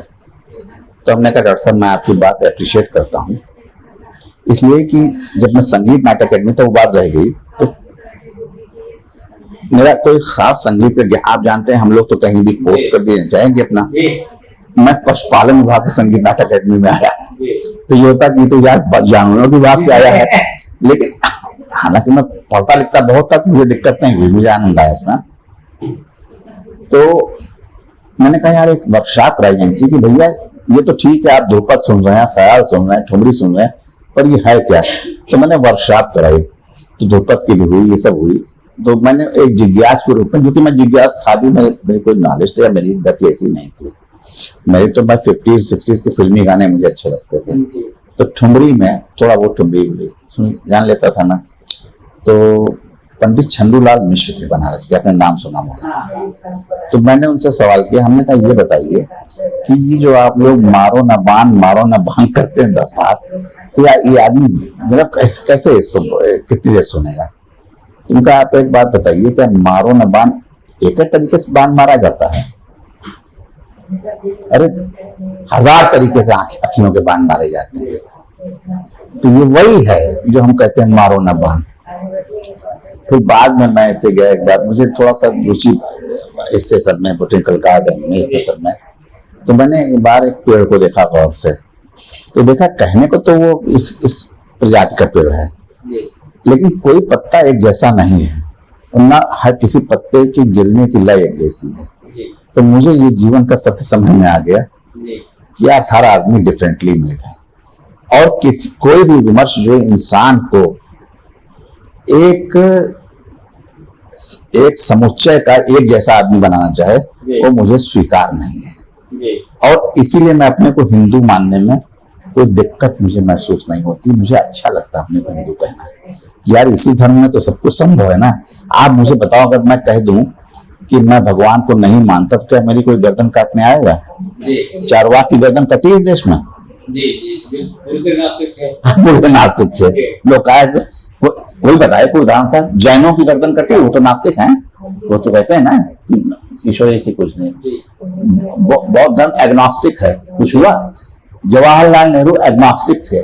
मुझे बताइए इस देश की जनता ने उनको अपना सबसे चहेता प्रधानमंत्री, और मेरी निगाह में सबसे योग्य प्रधानमंत्री। यही बात आपकी बात से थोड़ी जुड़ी हुई बात है। एक बार नरेश सक्सेना का हमने इंटरव्यू लिया। हाँ। तो हम लोग बैठे थे, गोवा में की बात है, ऐसी जगह बैठे थे जहाँ पर एक पेड़ की पत्तियां उनके सर के पास थी। उन्होंने पेड़ की पत्ती पकड़ा, तो कहा देखिए कितनी सुंदर पत्तियां। कौन सा वैज्ञानिक है जो उसको कुछ लाख रुपए दे दो और कह दो कि तुम ऐसा पत्ती बना दो, ऐसा पेड़ बना दो जो हर दिन फूल खिलाता हो। ये काम ये पौधा कर सकता है, और इसकी हर पत्ती बहुत बेहद कलात्मक है। इसमें इतनी सुंदरता है कि इस सुंदरता को कोई अगर आर्टिस्ट उतारना चाहे तो उसकी बस की बात नहीं। ये मतलब हमको उनका इंटरव्यू नहीं पता, लेकिन हमारी अवधारणा शुरू थी, पर इसी में मतलब बस आपकी बात और वो बातें कितनी मिलती है। पर इसी में मुझे अचानक एक चीज याद आ गई, वो है, अब यही साहित्यकार का रोल आता है, वो हेनरी की 2 लीफ आपने पढ़ी है? नहीं पढ़ी। हाँ, उसमें क्या होता है दोस्त, एक लड़की ये सोचती है, वो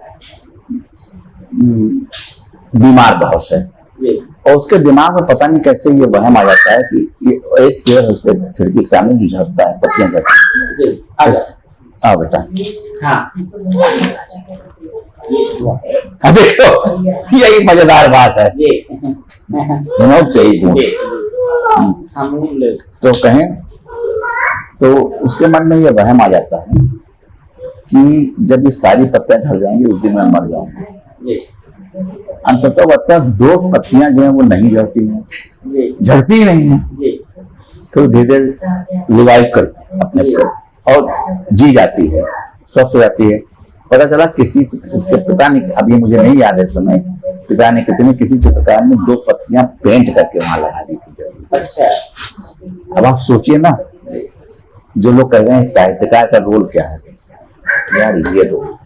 आपको ये कहानी ONG की जी आप पढ़िए तो देखिए कितना। इससे जुड़ी फिल्म में यहाँ पर शाहिद कपूर इस तरह की उस फिल्म में एक्टिंग कर रहे हैं और जहाँ पर वो कहते भी हैं अपनी प्रेमिका से कि उसका जो प्रेमिका है वो बहुत बड़े घराने की और उसके बहुत पिता उसको अपमानित करते हैं, शादी करने के लिए अपमानित करते हैं। हाँ। जिसे तुम शादी करना चाहती हो बहुत गरीब है इस तरह से, तो कहती है नहीं मैं इंतजार करूंगी और तब तक इंतजार करूंगी जब हमारी खिड़की से दिखते पेड़ में आखिरी पत्ती टूट नहीं जाती। अब भाई उन्होंने ONG कहानी तो बहुत पुरानी है, हाँ, यूज कर लियोगी। ले ली लेकिन कहीं भी हाँ हाँ आपने चूंकि उसका जिक्र किया तो नहीं, वो पढ़ो कहानी ONG जी की। बिल्कुल। ONG को दिक्कत क्या है कि ONG को लोग धीरे धीरे खारिज करना शुरू कर दिया है, हाँ हाँ लेकिन he is a beautiful writer. आपके जीवन में जो आपका एस्थेटिक सेंस है उसको बनाने में कौन कौन सी चीजें आपको लगती हैं कि उनकी भूमिका है? एस्थेटिक्स बनाने में तो सबसे जो बड़ी भूमिका है जी वो किताबों की रही है। जी जैसे उपन्यास हैं, कहानियां हैं, इन्होंने मुझे बनाया है और थोड़ा बहुत मिनिमल अंश जो है वो म्यूजिक का रहा है। माँ की भूमिका नहीं है? माँ की भूमिका बिल्कुल अलग है और बड़ी जबरदस्त है। उनकी जिजीविषा वो भूमिका है, लेकिन वो उनकी जिजीविषा है लेकिन वो दूसरे किस्म की थी।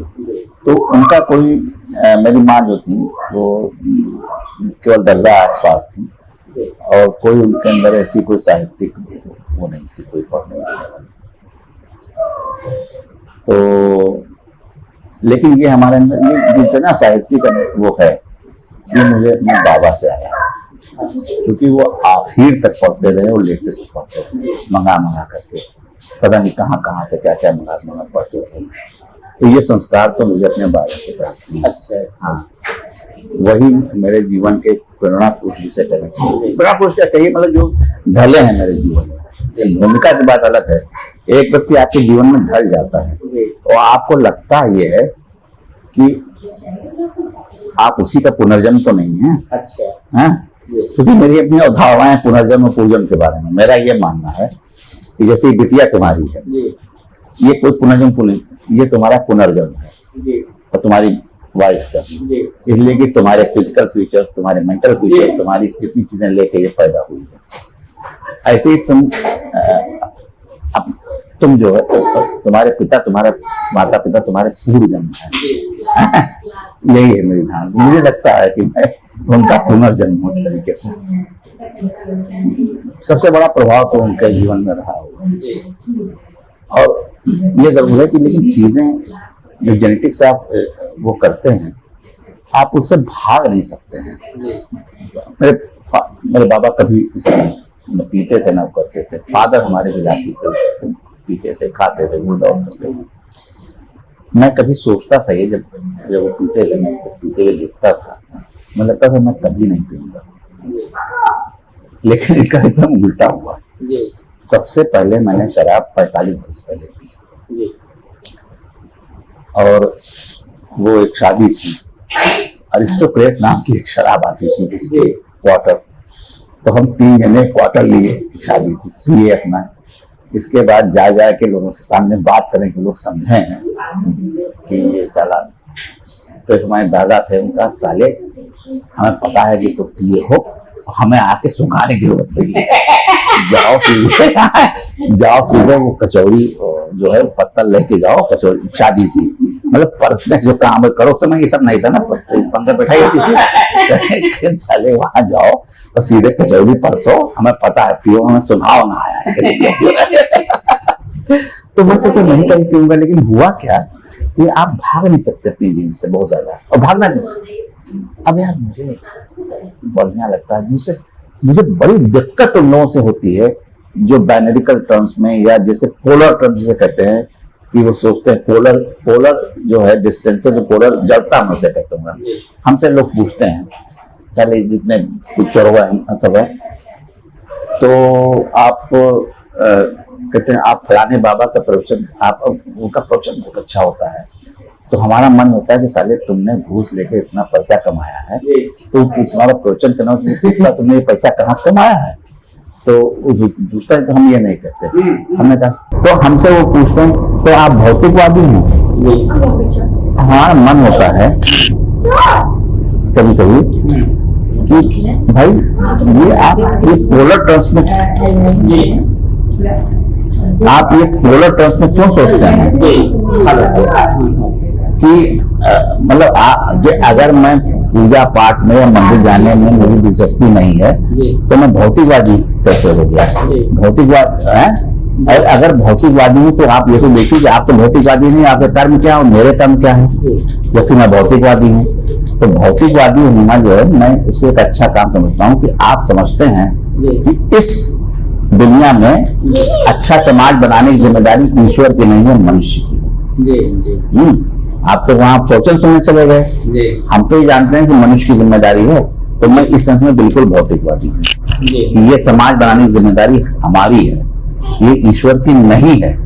अगर ईश्वर जिम्मेदार होते तो 4-4 बरस की बच्चियों के साथ जो कांड होते हैं वो नहीं हो सकते थे। हमने कहा कैसा ईश्वर भाई, कहाँ की बात कर रहे हो? ये तो हम डरते हैं इसलिए करते रहते हैं कि भैया हम पूरी ईश्वर की अवधारणा जो है वो अपनी निजी रक्षा, अपने निजी स्वार्थ पर आधारित है। धर्म एक इंस्टीट्यूशन है जो समाज को धारण करता है, इसमें कोई शक नहीं। तो मैं कहता हूँ मैं भौतिकवादी नहीं हूँ ना, वो हूँ।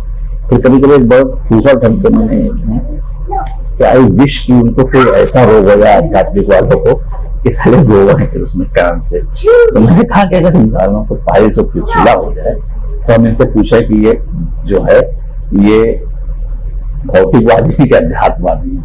तो मैंने सोचा है, मैंने जो नया नावल भक्ति कारवा लिखा है उसमें ब्रह्मा कुमारी है कैरेक्टर, वो बड़ी भारी आत्मा बात करती हैं। तो मैंने सोचा पहले रोक दूं उनको, तो हमने कहा नहीं छोड़ यार, कोई यूटीआई पे डाल देता हूँ क्वेश्चन पे, तो पता चलेगा कि भौतिकवादी क्या है और आध्यात्मिक क्या है। ये सब बिल्कुल बेकार की बातें हैं।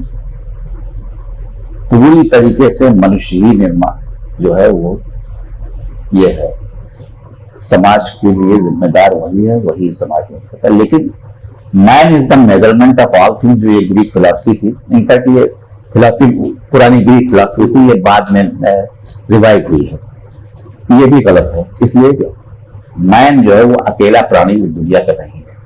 काकरोच से लेकर के जितने लोग हैं सबका अस्तित्व, सबकी जरूरत है। एक अवसर और इसी से जुड़ी हुई है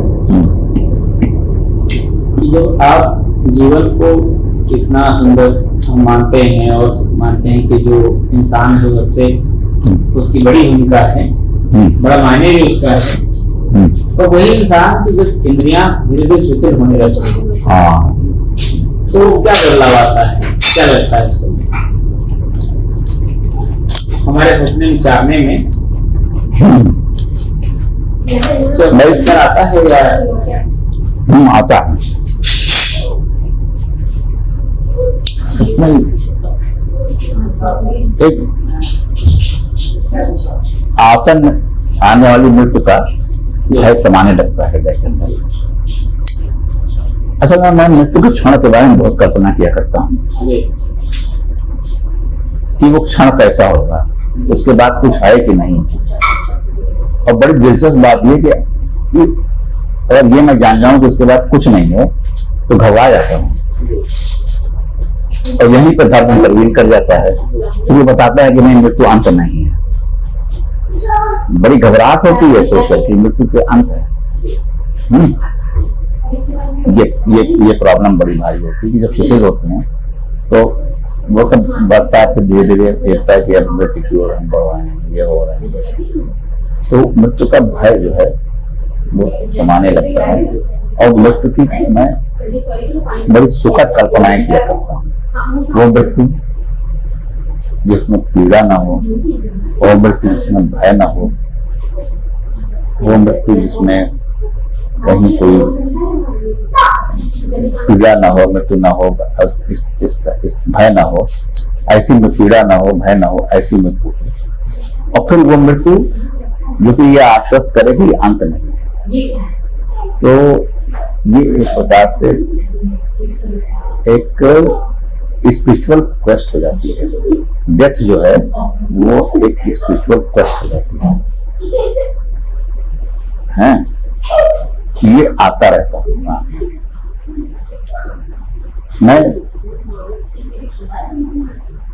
मैं ये नहीं सोचता हूं कि जीवन बिल्कुल असहाय है, यानी मैं मृत्यु को भी असहाय होकर नहीं जीना चाहता हूं। ये बड़ी एक तरीके की बड़ी विसंगतपूर्ण बात है कि एक इंसान मृत्यु को भी असहाय होकर के वर्णन नहीं करना चाहता है। वो चाहता है उसके कंट्रोल में है कि एक ब्यूटीफुल डेथ है, एक सुंदर मृत्यु। अब बताओ ये कैसे सुंदर? वो मेरी सौंदर्य दृष्टि है। मैं मृत्यु को सुंदर आपके जीवन साथी को लेकर है कि उनकी उपस्थिति को कैसे देखते हैं? देखो भाई, हमारे साथ हमने बताया इंस्टीट्यूशन की बात है।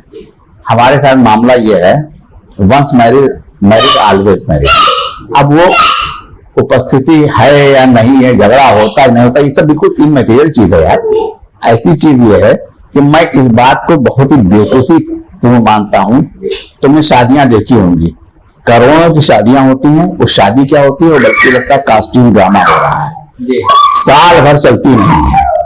यहाँ 45 बरस हो गए हैं यार लड़ते झगड़ते। समझे आप? शाकाहारी हैं पूर्ण रूप से, लहसुन तक नहीं खाती। मैं ये सब खाने पीने वाला हूँ, कोई दिक्कत नहीं है दोस्त, है? और वो उस शब्द का हमारे जीवन में ये नहीं है कि marriage is an adjustment, you have to work upon your, ये सब आजकल के नए वाक्य है ना, you have to work upon your marriage. कोई जरूरत ही नहीं इसकी। अबे ब्याह हो गया, छुट्टी खत्म किस्सा, जो रहा तुम्हें बस ये हो गया ना। जैसे ये ना कि you have to work upon your marriage. अबे शादी क्या वर्क अपॉन योर मैरिज? सीधी सीधी बात है, शादी हो गई, इसे कर बस।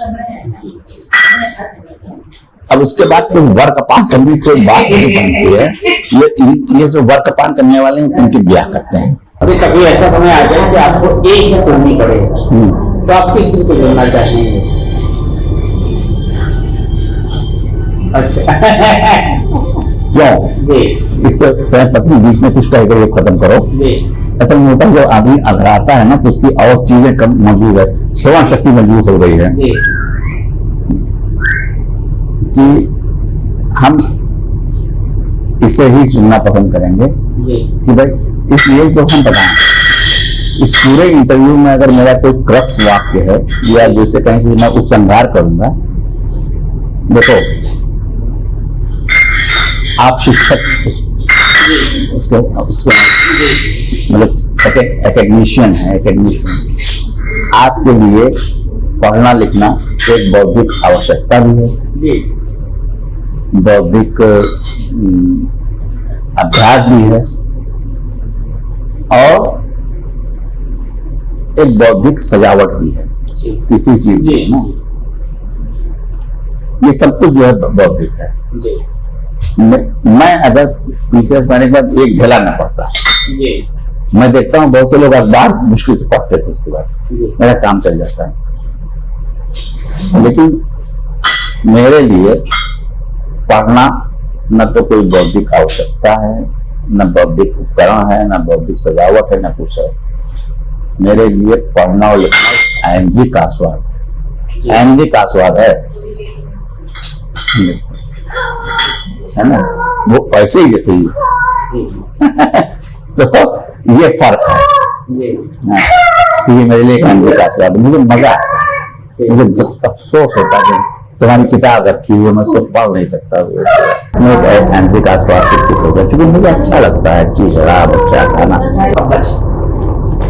सर हम लोग अपनी बातचीत कर रहे हैं समाप्त। हाँ बिल्कुल, अब खाना खाएं। और हम लोग अब बहुत सारी बातें आपसे जानते समझते ये पूरी यात्रा। पता नहीं यार, दारू दे की कौन सी बात कितनी बढ़िया कही है, अब बढ़िया है या वैसी भी है, जैसे हम बाद में देखेंगे। और अभी बातचीत में समाप्त करें।